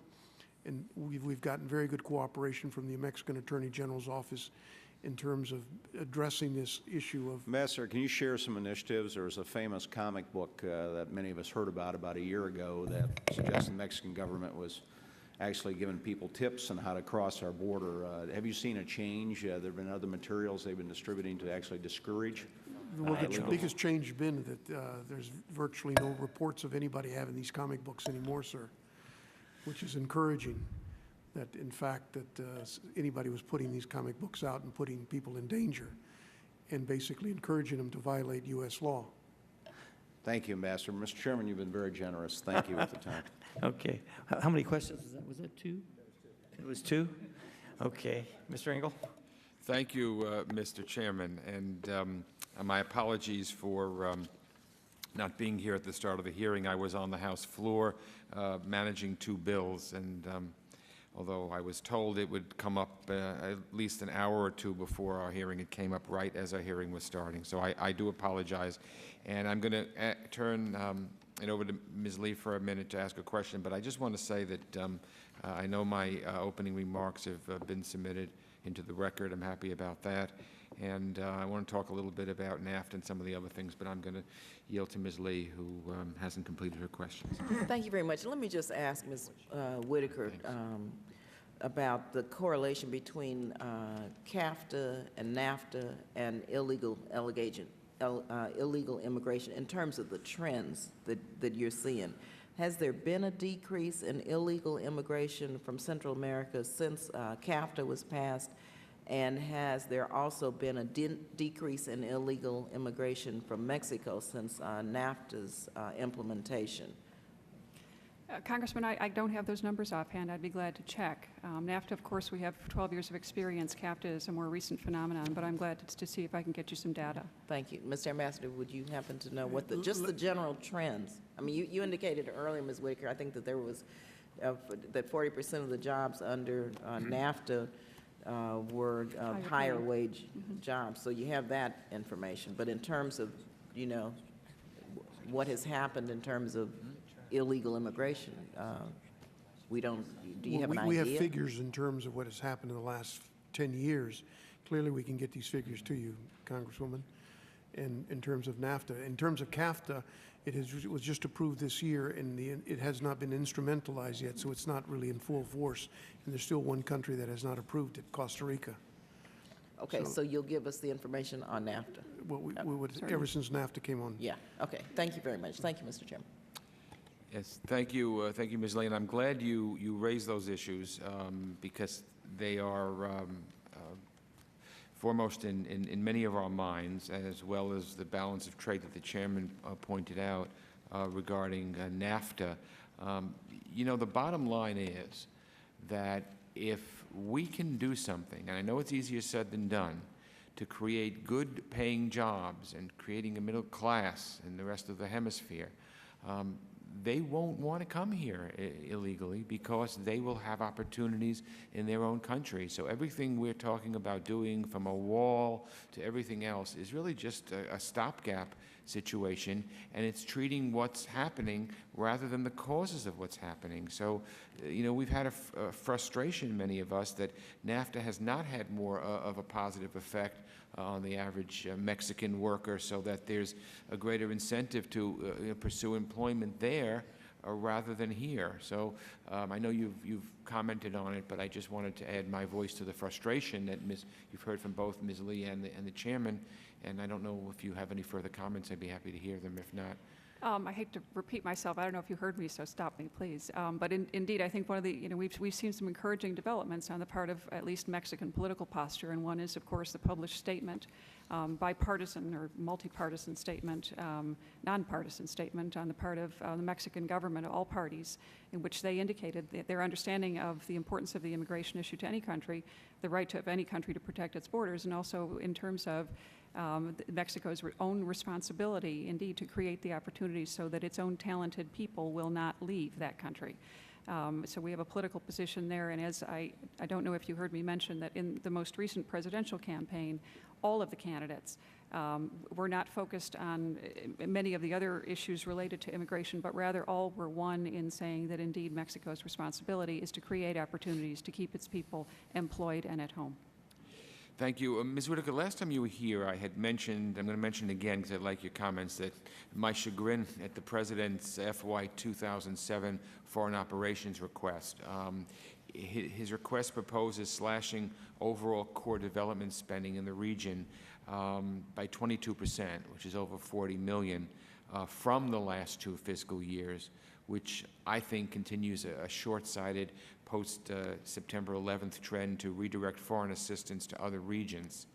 So given the fact that 25 to 40% of the region's population still toils in grinding poverty, how do we justify another consecutive year of drastic cuts in core development accounts in the Western Hemisphere? And given that such cuts certainly undermine U.S. immigration objectives by cutting efforts to promote economic jobs and economic growth elsewhere in the hemisphere, how can the administration assert that immigration reform is a policy? Yeah, I remember the question from before, and it's good to hear it again. It's still a very important one. I think the best answer for that is indeed certainly we respect the President's budget proposal for the Department of State and foreign assistance, and you know, that is something that guidance, of course, is established by the President. Within that amount that is set, which is, I know, a very difficult decision to make. Additional decisions are inherent therein as to how to divide up that pie. And while I will speak for myself only as someone who served her entire career in the Western Hemisphere, I have often thought we should be spending more, but I am also well aware of the fact that we've got an entire world to try to assist. And all I can tell you is I know Our leadership has been heard on this. I know the discussions are ongoing as we look into out years. We continue to try to put forward the accomplishments that the money we have put into the region so far have made, with the understanding that we do live within a particular ceiling, and that the decisions as to how to apportion that pot are very, very difficult ones indeed. I'm happy to take your comments back with me, of course, to my leadership as well. Oh, I appreciate that. I'm wondering if the ambassador would care to comment. In terms of the resource issue, I don't have much comment to make on that, sir. We're 3 years old in terms of Homeland Security, and we've been up on the Hill many, many times in terms of dealing with resources. In terms of specifically the issue that you raised here, we don't deal with it in terms of Homeland Security. Okay, I just think it's just so evident and obvious that, and I know resources are scarce all around, but I just think that if we're really serious about trying to stem illegal immigration to this country, that the key is having job development in other countries. And if we are going to cut core assistance that makes it harder for us to help create those jobs, then I think we're becoming our own worst enemies. And I think that we really need to have another look at these cuts, and I just would hope that we can restore some of them. Let me ask that the Congress's immigration debates has prompted, and I think regrettably, some harsh anti-immigration rhetoric by some who have little tolerance for immigrants or appreciation for their contribution. I think surely the present U.S. domestic immigration debate has a diplomatic spillover, and I believe in a negative effect. So I'm wondering if you can tell us, how has our heightened U.S. immigration debate affected U.S. bilateral relations and public opinions of our country in the hemisphere, and to what extent has the U.S. immigration debate impacted presidential campaigns in Mexico and elsewhere? Indeed, you know, in this age of global interconnectivity and 24/7 news cycle, the Mexicans, of course, are listening and watching the immigration debate here with great interest. While indeed there have been some statements which have been more critical than others of some of the more, shall we say, harder edge statements on the part of different Americans, the Mexicans with whom we deal on an official basis have been quite clear that they understand this is an internal debate, that this is for the American people and its government, its representatives to decide. The government itself has done nothing to encourage any kind of protest on the part of Mexicans who are disaffected with the rhetoric they are hearing. And as I said, while what we have found encouraging is a number of statements, nonpartisan from various parts of the Mexican government, which have indicated an understanding based on their own southern border and based on an understanding of the depth and breadth of our relationship, that it's a very complicated question and one for the Americans to decide. I do know also that the Mexican representatives here, the ambassador and company, are quite active in speaking with you all and providing their perspectives and providing information on the kinds of things that they've done to try to stem the flow of illegal immigration. Well, I would add that immigration problems we have is not obviously just a Mexican issue. Yes. It's more than that, and anything that impedes our ability to establish good bilateral relations with other countries worries me. I have a final question, and it is not all that much connected to immigration, but it is, and it's a concern that both the chairman and I share, and we in fact had a meeting last week discussing it, and that's the whole International Criminal Court, Article 98. Ms. Whitaker, when you testified this spring about U.S.-Mexican relations, we discussed the negative impact of the International Criminal Court sanctions against countries that have not exempted U.S. citizens. And today, 11 or so countries in the Western Hemisphere have not signed a bilateral immunity agreement with the U.S., thereby triggering U.S. economic, political, and military sanctions. Do U.S. sanctions impede our ability to assist Mexican law enforcement efforts to stem immigration? And again, how do the sanctions impact our ability to support programs that address, and we talked about the root causes of immigration, such as poor governance, poverty, and issues like that? Indeed, Mexico has made it clear that it will not sign an Article 98, and I don't know that we have a final determination on what funding will be in terms of economic support funds. According to U.S. legislation, Foreign Operations, Export Financing, and Related Programs Appropriations Act for 05 and 06, the Nethercutt Amendment, economic support funds can no longer be provided to Mexico. Those funds indeed were used to support the reform of the criminal justice system in 6 Mexican states and to help implement anti-corruption, government transparency, and competitiveness measures at the state level. As I said, my understanding is that we do not have a final determination as to how this will be implemented. I understand this is being discussed at the highest levels at this particular time. But it's certainly on our screen, and if indeed ESF is suspended, it will cut off many of the sources of funds that we were using to support law enforcement, criminal justice reform, and a number of the anti-corruption measures that we discussed earlier. Well, let me just conclude by saying that in terms of the Article 98, Secretary Rice has said that in essence we're cutting off our nose to spite our face, and I would agree with that statement. And I believe that Congress inevitably may have to step in to change the policy if we can't get it changed any other way. So I thank both of you, and I thank the Chairman. Thank you. Well, I have a number of questions I'd like to submit to both of you for the record, but before you go, Ms. Whitaker, I can't understand. It's been 12 years since we passed NAFTA. We've gone, once again, I'd like to just go through this one more time in my mind, and you can make a final comment if you like. We've gone from a $1 billion trade surplus to over $50 billion in trade deficit. And I believe you're going to find, and we're going to find when you send us the figures, that we're probably still getting well over 1 million people, we estimate, coming across that border. I don't think there's been an appreciable change. And if there has been a change, it's probably on the negative side. And so we're putting all that money in industry down there. The Maquiladora program we came up with was designed on the border to create industry on the Mexican side so people would stay there and work. So we put a Maquiladora program in. Now we put NAFTA in. We got a $51 billion trade, at least maybe $53 billion trade deficit that's been created, which is a pretty large one. Not the largest in the world, but it's pretty big. And they're still coming across the border in droves. And you're telling me that the money's not really getting down to the people in poverty down there. It's staying up near the top. It seems like there ought to be some way that our government, in concert with the Mexican government, can say, hey, look, if we're encouraging industry to go down there and we got a free trade agreement that's really helping, and because of your lower wage structure over there, you know, people should be able to get jobs, you guys have to do something to make sure that the money's filtering down to the people that really need the jobs, and they're getting the jobs so they don't come to the United States. I mean, I just don't get it. And the deficit continues to go up, and the immigration continues to remain constant or go up, and Maquiladora didn't help much. NAFTA didn't help not much.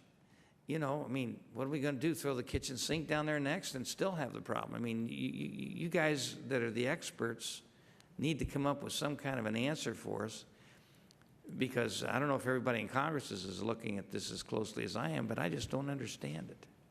I agree with you absolutely, sir. And more needs to be done. I know you agreed. You said that before, but that ain't cutting it. I mean, I really would like to know, what are we going to do about it? We're putting the money in the industry and everything else down there, and they're still coming.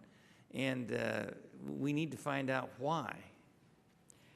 I would, as I said, come back to the point that, while indeed Mexico, I think, and I'm not an economist, so let me, just warn you there. I'm happy to try to get you a better economic explanation of all of this. But my understanding of it is indeed that while Mexico did make some structural reforms at the time it acceded to NAFTA, there's still lots more to be done. There's still lots more to be done in terms of the investment climate, in terms of making Mexico as competitive as other countries. There are still areas of structural reform, labor reform, fiscal reform that need to be taken on. And as you know, those are very difficult questions. Am I saying that it should have taken 12 Well, are years? there ongoing negotiations with the Mexican government and their industry, their commerce people down there to discuss this problem? Absolutely. Absolutely. It is, you know, we again are coming, presenting issues, presenting the situation. And again, I think the Mexicans are quite well aware of this. They have a very, as you know, a very pretty sophisticated business community that are aware of the various points of competition from many different nations around the world, in particular China, and trying to determine what they need to do to make themselves more agile, to create more opportunities. They do have a terrific labor source there. The question is, how do they create the opportunities to do that? And we need to continue to press If that. NAFTA and other mechanisms aren't working, they're going to end up with the labor forces all up here before too long, and then they're not going to have to worry about Mexico. No, I hear you. And I think that's why we also have things like P4P, and we have, you know, international financial institutions trying, while we're still waiting for a number of those reforms to be made, to trying to fill in some of the gap. Well, we will submit a number of questions for the record. We appreciate you and Ambassador Arcos for being here, and Thank you, sir. we'll see you again before too long.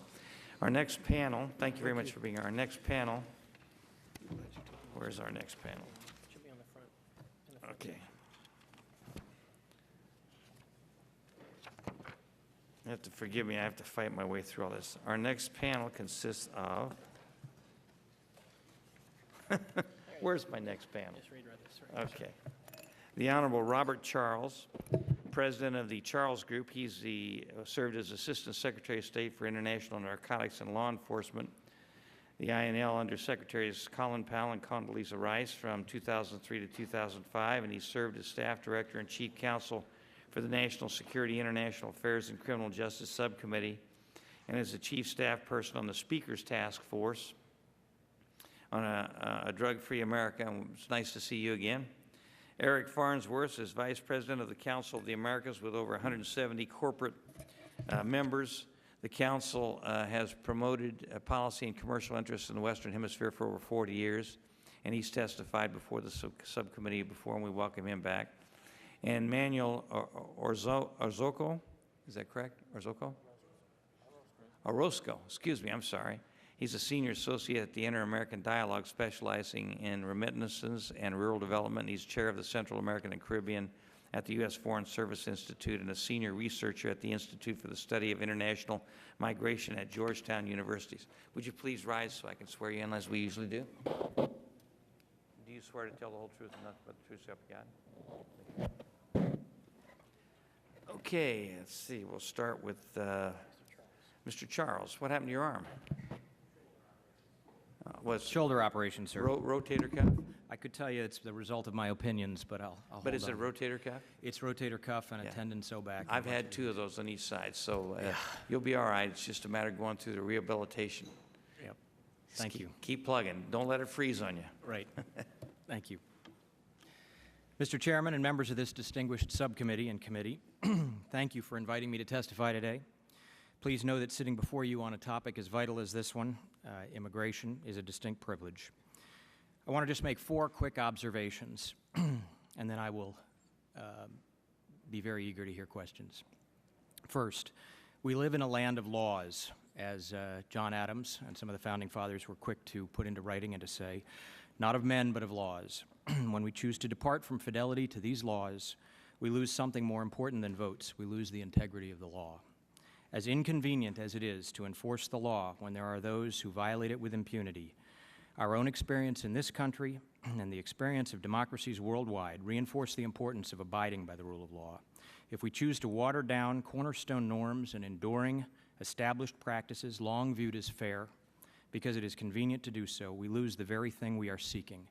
We lose the content of citizenship, of being an American.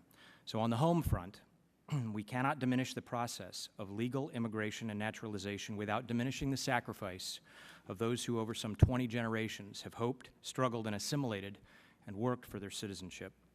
If we fail to secure our borders or fail to hold high the standards of American citizenship, we diminish the meaning of citizenship and the sacrifice of those Americans who have defended this country over generations. Second, The rule of law is not a principle that applies to Americans alone. No democracy can sustain the will of its people, the protection of lives, liberty, or property without a serious commitment to the rule of law. John Locke, in his second treatise, made clear that a democracy's social contract involves first securing the nation. When security has been established and there is an expectation that laws will be honored and enforced, people begin to mix their labor with the land, his words, or in modern terms, they invest themselves with confidence in the future of their country.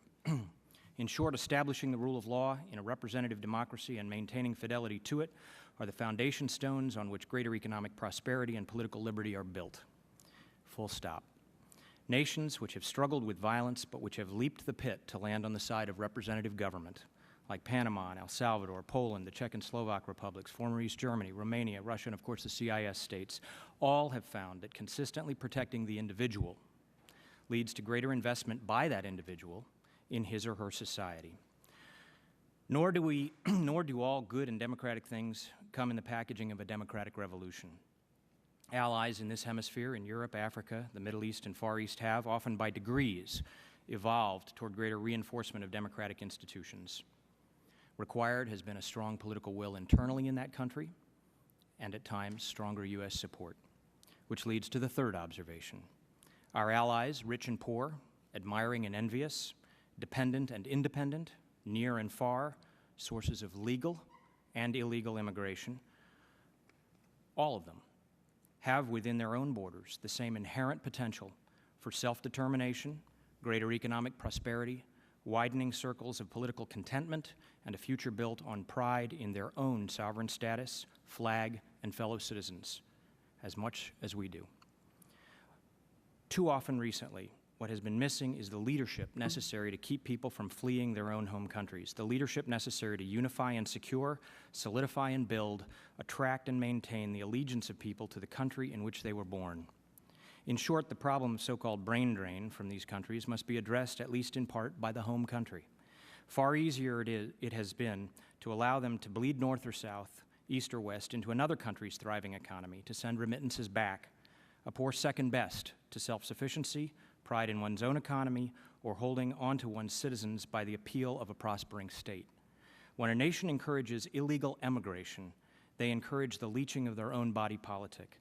They lose their best and brightest, the ones with the entrepreneurial spirit, the work ethic, the commitment, courage, intelligence, and ambition to succeed. Those who dare to succeed elsewhere, by definition, have chosen not to dare to succeed at home. The loss is all to the country that has not invested itself in retaining, attracting, inspiring, and affirming their future on its own soil. So what is needed? A mutual commitment from our allies to invest and commit, encourage and appeal to the best in their own people, to get them to stay and build stronger states, economies, and political systems at home, rather than giving that talent and energy to another nation. Finally, because all nations are not equal, even if all people are equal in the eyes of their Creator, Americans do have an obligation to help those who labor to help themselves. Here we can get more concrete. At the State Department's nearly $2 billion Bureau of International Narcotics and Law Enforcement, we often underwrote institution building, capacity creation, the writing of laws, the implementation of those same laws, the creation of well-trained law enforcement forces, prosecutors, judges, and even defense counsel. We worked to reinforce the best efforts of nations that struggle to tamp out public corruption, kidnapping, homicide, drug trafficking, and terrorism on their own soil.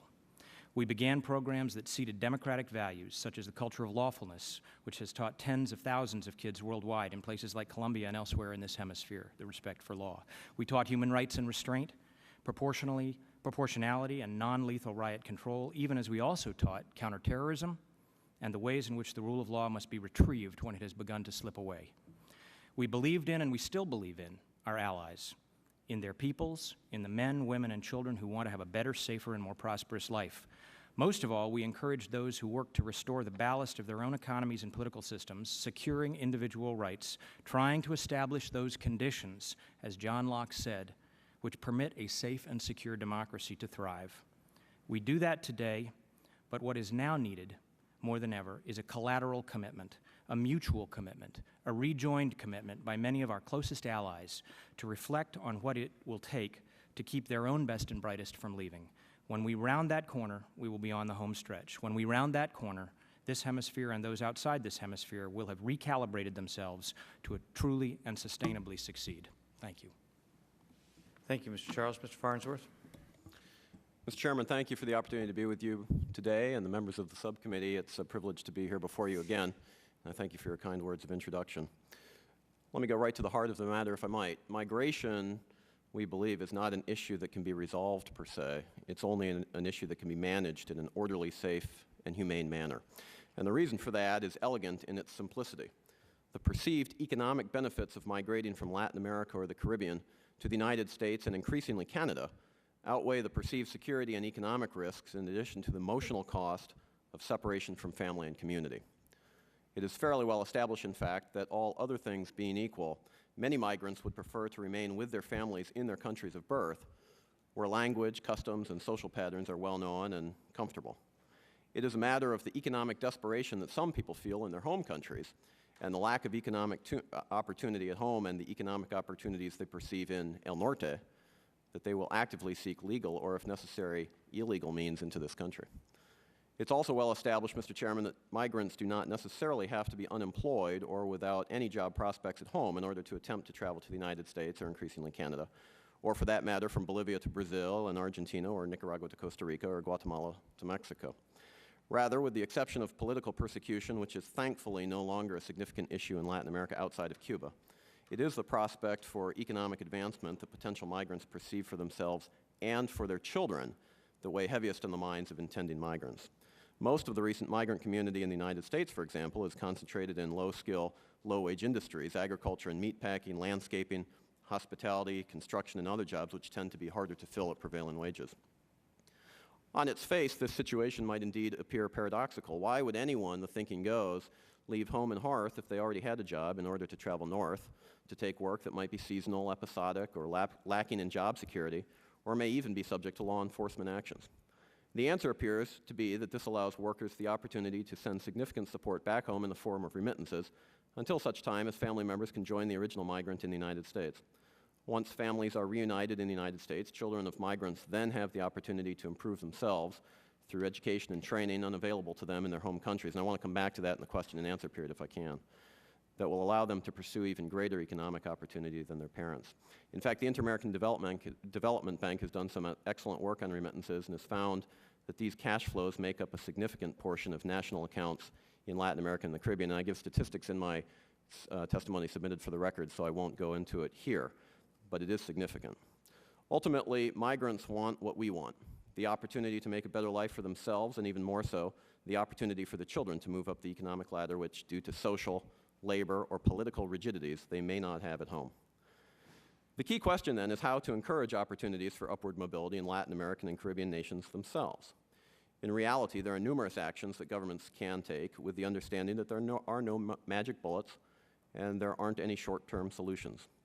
Rather, there is only long-term commitment to economic growth, competitiveness in a global environment, and actions to reform labor codes, political access, and the rule of law, which will improve labor market flexibility, encourage workers to enter and remain in the formal economy, and keep any nation's most valuable commodity, its people, at home.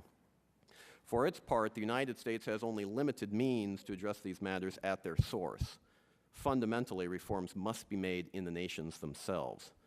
Regional development is the most effective means to reduce and manage migrant flows to the United States, not to eliminate them, which I believe would be impossible and frankly unwise.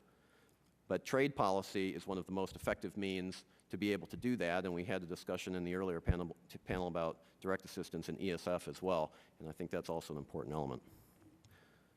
But regional development is crying out for a more focused attention to several priority areas that go well beyond trade liberalization, which is a necessary, though not sufficient by itself, element to engender the long-term sustainable growth that will create those jobs required to keep citizens at home. In fact, in one particularly chilling statistic that you all have probably already seen, the World Bank recently reported that between 1980 and 2000, Latin America grew in total less than 1%. China, over the same period of time, 1980 to 2000, grew 8% per year. And that's the challenge that Latin America as a whole faces. Clearly, the region as a whole must do better. Latin American and Caribbean nations, as elsewhere, find themselves fighting to excel in the global economy. Foreign and domestic investment that might normally have flowed into the region, one of the most important ingredients of long-term economic growth, now has other options, especially in Asia and Eastern Europe. Those nations which do not take direct steps to improve their respective investment climates will fall increasingly behind. At the start, greater attention must be paid to formal education, which now averages a mere 6 years across the region, worker training and workforce development, personal security, and security of property, the rule of law, and social inclusion, which strengthens democracy. These are basic investment climate issues. I'd like to give, in the question and answer period, perhaps some examples of some questions that are trying to do the right thing and some examples of some countries where there might be room for progress. Finally, Mr. Chairman, let me make one final point, if I might. Beyond investment climate reforms, Latin American and Caribbean nations would do well to take direct steps to liberalize their labor markets in order to create greater incentives for job creation while bringing greater numbers of their people within the framework of the formal economy, where they would enjoy greater social protections, job security, and not coincidentally, be more fully vested in the success of democratic governance at home.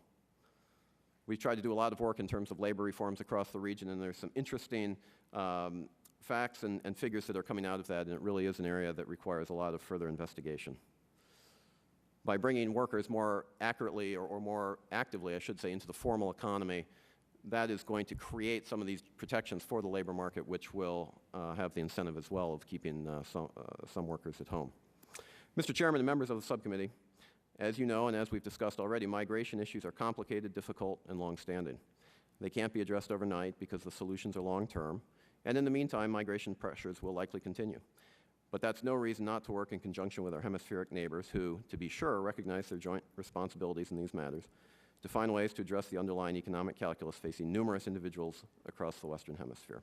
For our part, we can and should be supportive through trade expansion and other means, even as the sending nations more aggressively take steps to improve their respective investment climates, focus significant attention on education reform and social mobility, and liberalize labor codes. So, Mr. Chairman, thank you again for the opportunity. I look forward to your questions. Thank you, Mr. Farnsworth. I will have some questions about your statement in just a minute. Mr. Orozco. How do I pronounce it? Orozco. I'll get that right before we're through. That's okay. My boss still calls me Miguel. My name is Manuel, so. Thank you very much for inviting me to come speak. As long as your wife doesn't do it, I won't give you fine. the name of my boss, of course. Thank you for inviting me to speak to you. I'm very encouraged that you want to address the question of how the U.S. can encourage and assist Latin American countries to address the problem of poverty. What I'm going to do is point to 3 policy recommendations that I think may shed some light as to how we move forward. And before doing that, I think I want to point to 3 issues that were highlighted by Mr. Farnsworth. One is that the challenge of economic growth in these countries, in Latin America and the Caribbean, are far more greater than we think they are.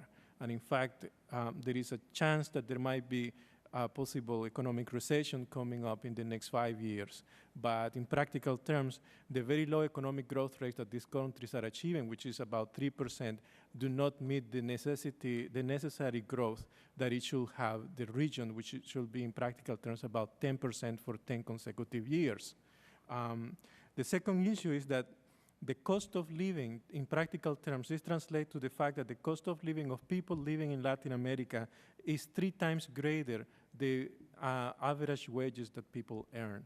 The average wage that person makes in most of these countries is less than $200 a month, yet the cost of living is about $500 or more a month in order to survive.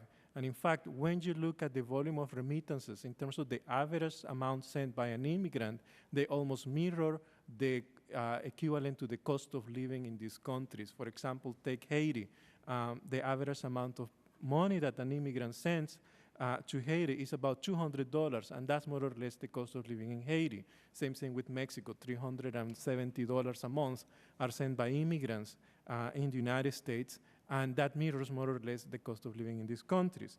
The problem is that even though the impact of remittances, for example, and other economic activities that migrants have are quite important, the reality is that these are not the solutions for development. But at the same time, we have the reality of migration and remittances. So I think three policy approaches that we can look into it is, first of all, at the level of leveraging the already existing economic activities that migrants are having with their home countries and increasing access to financial institutions to increase the savings ratio of the household as well as the country.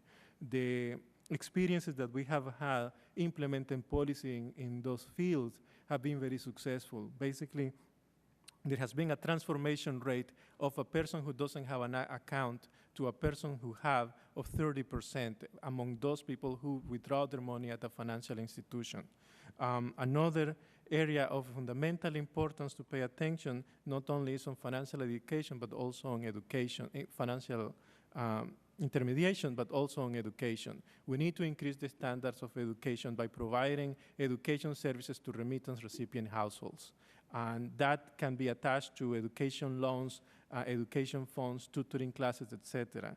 Second, I think the work that the development agencies, USAID, as well as the Inter-American Foundation and other international financial institutions have done has been very important. And I think the urgency to work even more in this region is quite critical and imperative. One of the areas of work that USAID has done is providing financial services to small and medium enterprises. They are the critical linchpin of building a middle class. But unfortunately, in most of Latin America, anyone who has to invest and needs to have a loan that goes between $20,000 to $100,000 is unable to get that. You can have access to microloans or you can have access to the wealthy loans. That explains why, for example, a few people in Mexico have not been able to enjoy the benefits of NAFTA. Another area is continue deepening strategies of diversifying exports. The Caribbean Basin Initiative in Central America has been very successful, was very successful in diversifying exports, but still, in most of Central America and the Caribbean, 70% of exports to the United States are based on less than 20 commodities. So the challenges is still remaining there. And that means we need to pay attention to strengthening free trade, not just simply by reducing tariffs, but also by providing technical assistance to improve the competitive capacity. If you don't improve the competitive capacity, doesn't matter how much trade you open, because these countries are not going to be able to sell their goods at a high quality product. And finally, there is the issue of education. Education matters. Most of Latin America has a 6th grade education, when in practical terms, in order to compete in the global economy, you need to have a 12th grade education. And in the event that a guest worker program is addressed, I think a program such that needs to be attached to conditionality, to conditions that those countries participating in it need to perform better economically and need to also invest in a return migration program for those who are returning after the program has been implemented. And thus, policies can be dealing again in issues relating to investment as well as with increasing savings ratios to those who receive remittances. Thank you very much. Let me start the questioning with you, Dr. Orozco. It was interesting, that one part of your statement where you said that the ability of people, entrepreneurs, in very low class or very low, they can get some loans, and the ones who have the more affluent businesses, they can get loans, but the people in the middle can't. Can you elaborate on that a little bit? I mean, it seems to me that may be a big part of the problem, or the crux of the problem, because there's probably people down there that like to start businesses and have the ability to get a business going, but they don't have the wherewithal to do it. And if we can figure out a way that they can benefit from the trade surpluses that now Mexico enjoys, maybe we can start dealing with the immigration problem.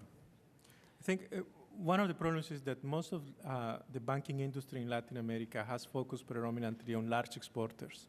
So they have reduced their investment portfolios and the loan portfolios for small and medium enterprises. There is almost like a glass ceiling, and sometimes there is a practical ceiling for small businesses to have. How can we change that? How can Well, I think we need to go back to conditionality. We need to condition foreign economic assistance, free trade, guest worker programs to provide access to the middle class or to the potential middle class. For example, One of the areas that we can pay attention to is implement or motivate the countries in Latin America to implement the equivalent of a Community Reinvestment Act. It doesn't exist. For example, 15% of the revenue of Salvadoran banks in El Salvador comes from the remittance transfers that the poor people here, 40% of them who are undocumented, are sending money. They live here in precarious conditions. The banks are becoming very wealthy. What percentage of that is invested in those communities? Zero. And I think we need to put as part of our cooperation strategy. Are there any things that our government, in concert with the government of these countries like El Salvador or Mexico, is there anything that we could do to encourage the banking and investment industries to make sure that the monies that are coming back there is yes, I mean, in part loaned out to the I think potential entrepreneurs in the middle class? There are three ways. One is what USA did, for example, in Jamaica. They invested in credit unions and microfinance institutions there in order to reduce the access to cash, reduce cash transactions and instead promote card-based transactions so that you could increase your access to savings. And that was very successful. Jamaica is the only country in the world where 25% of the remittance recipient population withdraws the money with a debit card. That's very important. So that's one area, foreign assistance, paying attention to financial access. The second is that conditionality works. If you condition further cooperation to reforms that deal with this type of financial democracy, you can get quite far.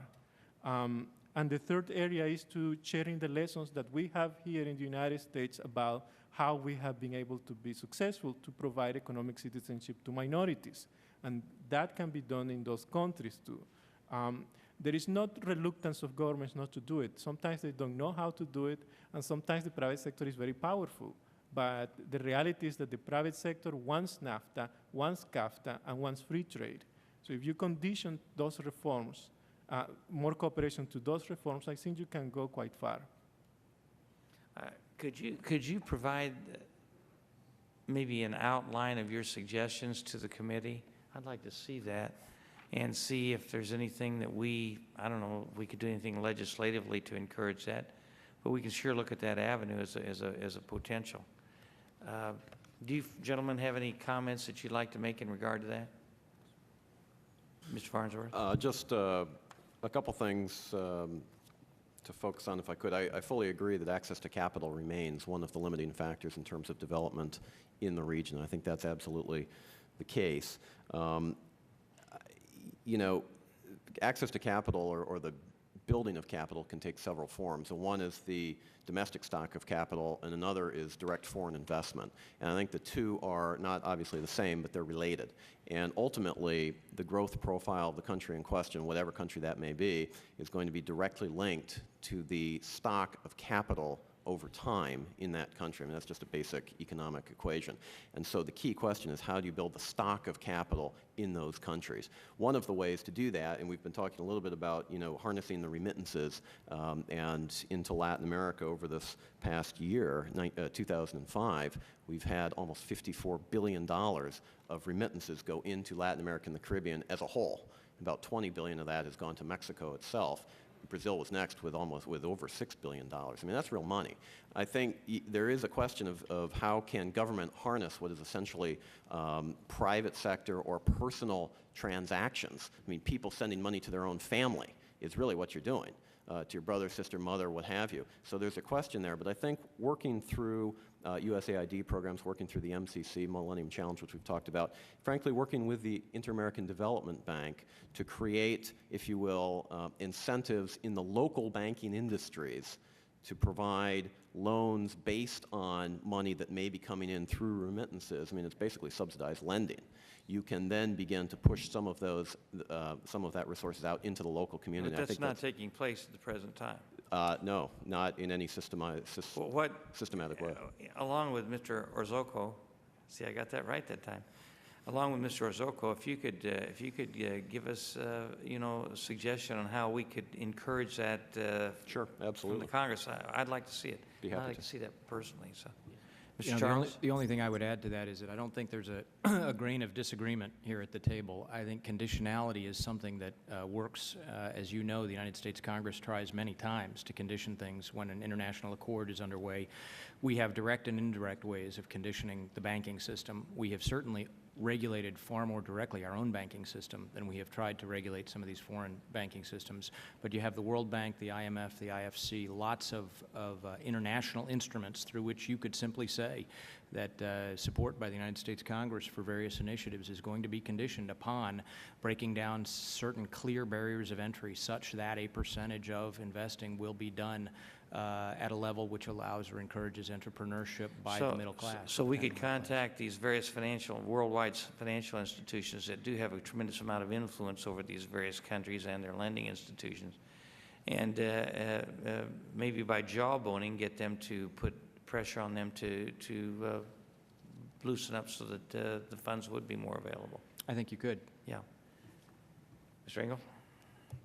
Well, thank you, Mr. Chairman. Dr. Orozco, I don't have trouble with your name, you see, because I root for the New York Mets in baseball, and the last time they won the World Series was in 1986, and the best relief pitcher was Jesse Orozco, so I never have trouble with your name. The New York, what was that again?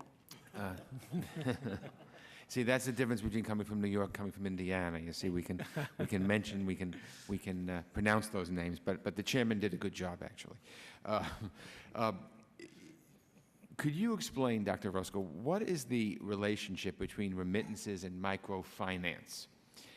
Can remittances be used as steady income for the purposes of qualifying for loans or mortgages or property? The relationship is twofold. First, what we are doing through, for example, we had a big, a substantive fund with the Inter-American Development Bank and the International Fund for Agricultural Development, where you provide $200,000 in technical assistance to enable microfinance institutions to be payers of remittances. That is, instead of going to a supermarket to pick up your money, you pick the money at a microfinance institution.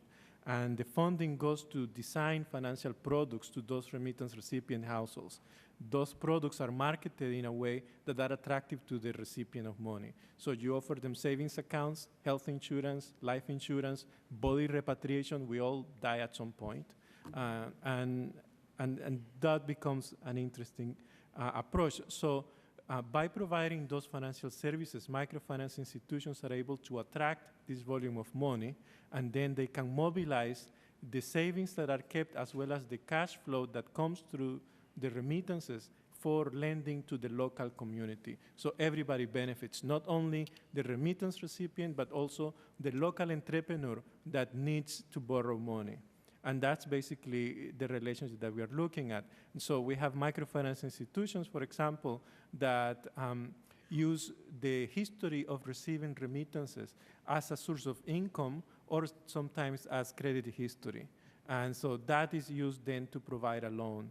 Either it's a loan for productive activities and sometimes it's for consumption. Mr. Farnsworth, I saw you were nodding your head when I asked that question, so do you have any comments on that? Excuse me, Mr. Engel, nothing to add. I think that summarized it pretty well.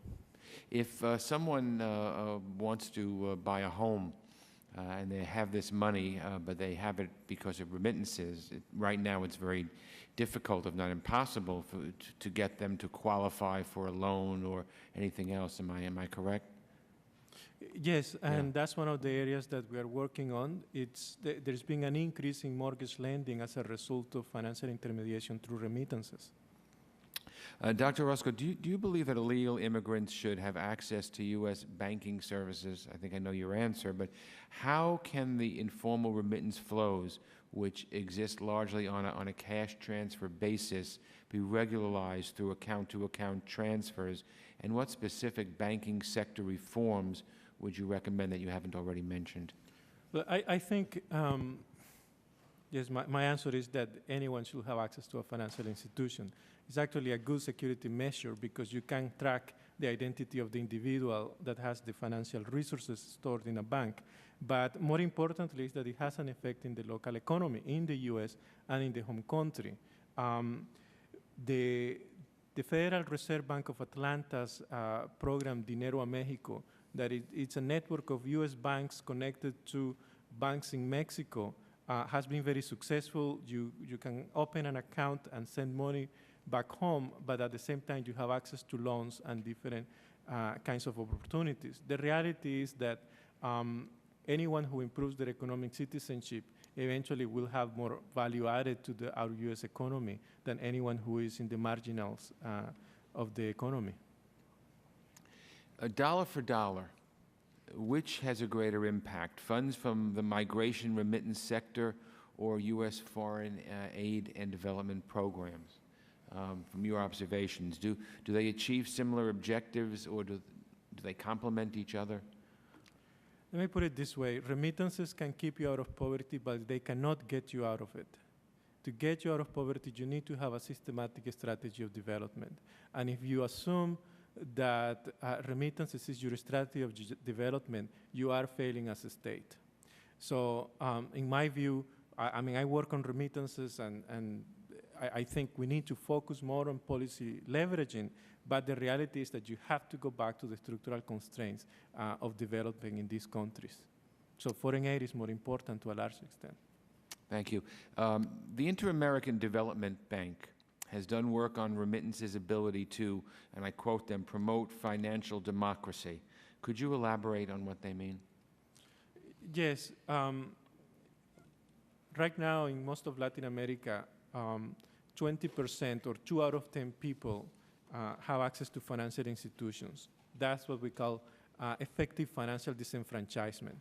That precludes you from, for example, having access to a loan, but also having the opportunity to build savings systematically. So what we have been advocating is using the transfer of money as a way to provide greater access to financial institutions to remittance recipients. Somewhere between 10 to 20% of people in Latin America are receiving remittances in that area. So we speak of financial democracy in a way that you provide this access to savings, to loans, and to expand to the local economies. Thank you. Mr. Farnsworth, you refer to efforts by the Council for the Americas to address the issue of labor reform in Latin America. Could you please elaborate on how labor reform might broaden the economic base and address Latin American youth unemployment? I'd be happy to, and if I could just beg your indulgence to make 2 very quick points on remittances. Number 1, to go back to your question about can you use remittances to leverage other lending for regular payments, for example, mortgages, it's very, very interesting what the statistics tell you, that remittances on average are sent back 10 to 14 times per year. In other words, on average, about once a month, give or take, and they average between $240 to $250 per payment. It's a regular payment. To the extent that the loan is given on those terms, something very creative and interesting to have a look at. The second thing is in terms of the viability of these as a development strategy. I would agree that if remittances is a development strategy, it's certainly incomplete. But the size of the remittance flows is much larger than the foreign aid that the United States is sending to Latin America. Again, $20 billion last year to Mexico alone. We don't give $20 billion to Mexico in terms of official assistance, so something to keep in mind. To your question, very briefly, and thank you for the opportunity. Labor market reform is probably one of the most pressing issues we believe facing Latin America as a whole. And the reason why is because right now, for the private sector to create jobs, which we believe is the sine qua non of keeping workers at home, in other words, reducing migration pressures. To create jobs, labor markets have to be made more flexible to bring workers into the formal economy. On average, 50% of non-agricultural workers across Latin America are in the informal economy. That's astounding. That means people who are outside of the official statistics, they don't have the labor protections, they don't have access to Social Security, they are essentially outside of the protections of the state. That's unacceptable. Even Chile, which has the best record there, has over 40% of the non-ag sector is in the informal sector. That's got to change. The way to do it, we believe, and we've been doing some work on this, much more work has to be done, but is to reduce the disincentives for the private sector to create jobs by, for example, allowing the ability to reduce the workforce for cause. So, for example, in many countries in Latin America, if a worker is to be fired, even if the worker is incompetent, the law states that the company has to pay sometimes multiples of the person's salary over a period of many years to be able to essentially buy out their labor contract. That could be for even if the worker is incompetent. Well, if you know you're going to have to do that by hiring an incompetent worker, the alternative is simply not to hire the worker. And so the worker has one of two choices. He or she can work in the informal economy, which is to say provide the labor in a way that's not a formal job, if you will, but maybe on a consulting contract or something like this, or to try to be self-employed. And you see that all over Latin America. This is going to become particularly acute in the next few years because right now there is a huge demographic bubble facing Latin America where the percentage of workers that will be entering into the labor force in the next couple of years is going to far exceed the ability of the economies to actually create jobs. Even with growth projected as ECLAC, the Economic Institute for Latin America, came out on Tuesday with projections for 2007 that Latin America would grow at 4.5%, which is fairly robust. But the fact of the matter is, even with sustained growth rates that high, the countries will not be able to soak up this demographic bubble that's rising to the surface. So labor markets have to be made more flexible so that jobs can be created. It's not a magic bullet, it's not a panacea, but it's one thing that needs to be addressed. Thank you. I have no further questions, but I wanted to give Mr. Charles an opportunity if there's anything he wanted to comment on what the other two gentlemen have said. Not that they've said, but just to add, and I appreciate the opportunity to do so, I would just point out that we have focused a lot of this discussion today on the remittances, and they are an important component. The foreign aid is, of course, leveraging things that you seek. You target that money at something, whether you're building courthouses or training prosecutors or training law enforcement. So it's much more significant. It's like a fulcrum under the board rather than just sprinkling it across the board. The second thing is I think we omit to our peril two huge sources of revenue or problems in this hemisphere. The first is drug money. And you think about drug money, we're talking about the chairman has said $53 billion in remittances back to Mexico. The rough estimates on the drug economy, the market the United States represents, is $600 billion. That money flows back to many of the countries here, and it's something you cannot look away from. You must stare down the barrel of that problem and keep at it, which incidentally I think the United States Congress has effectively, perhaps very effectively in the last 5 years done. The second thing is public corruption, which is very closely tied to that drug money, and you cannot look away from those two issues. That's why the law and the rule of law are so fundamental to future investment. The second thing is, I think, addressing an earlier point, and I think it's just important not to leave it unfinished.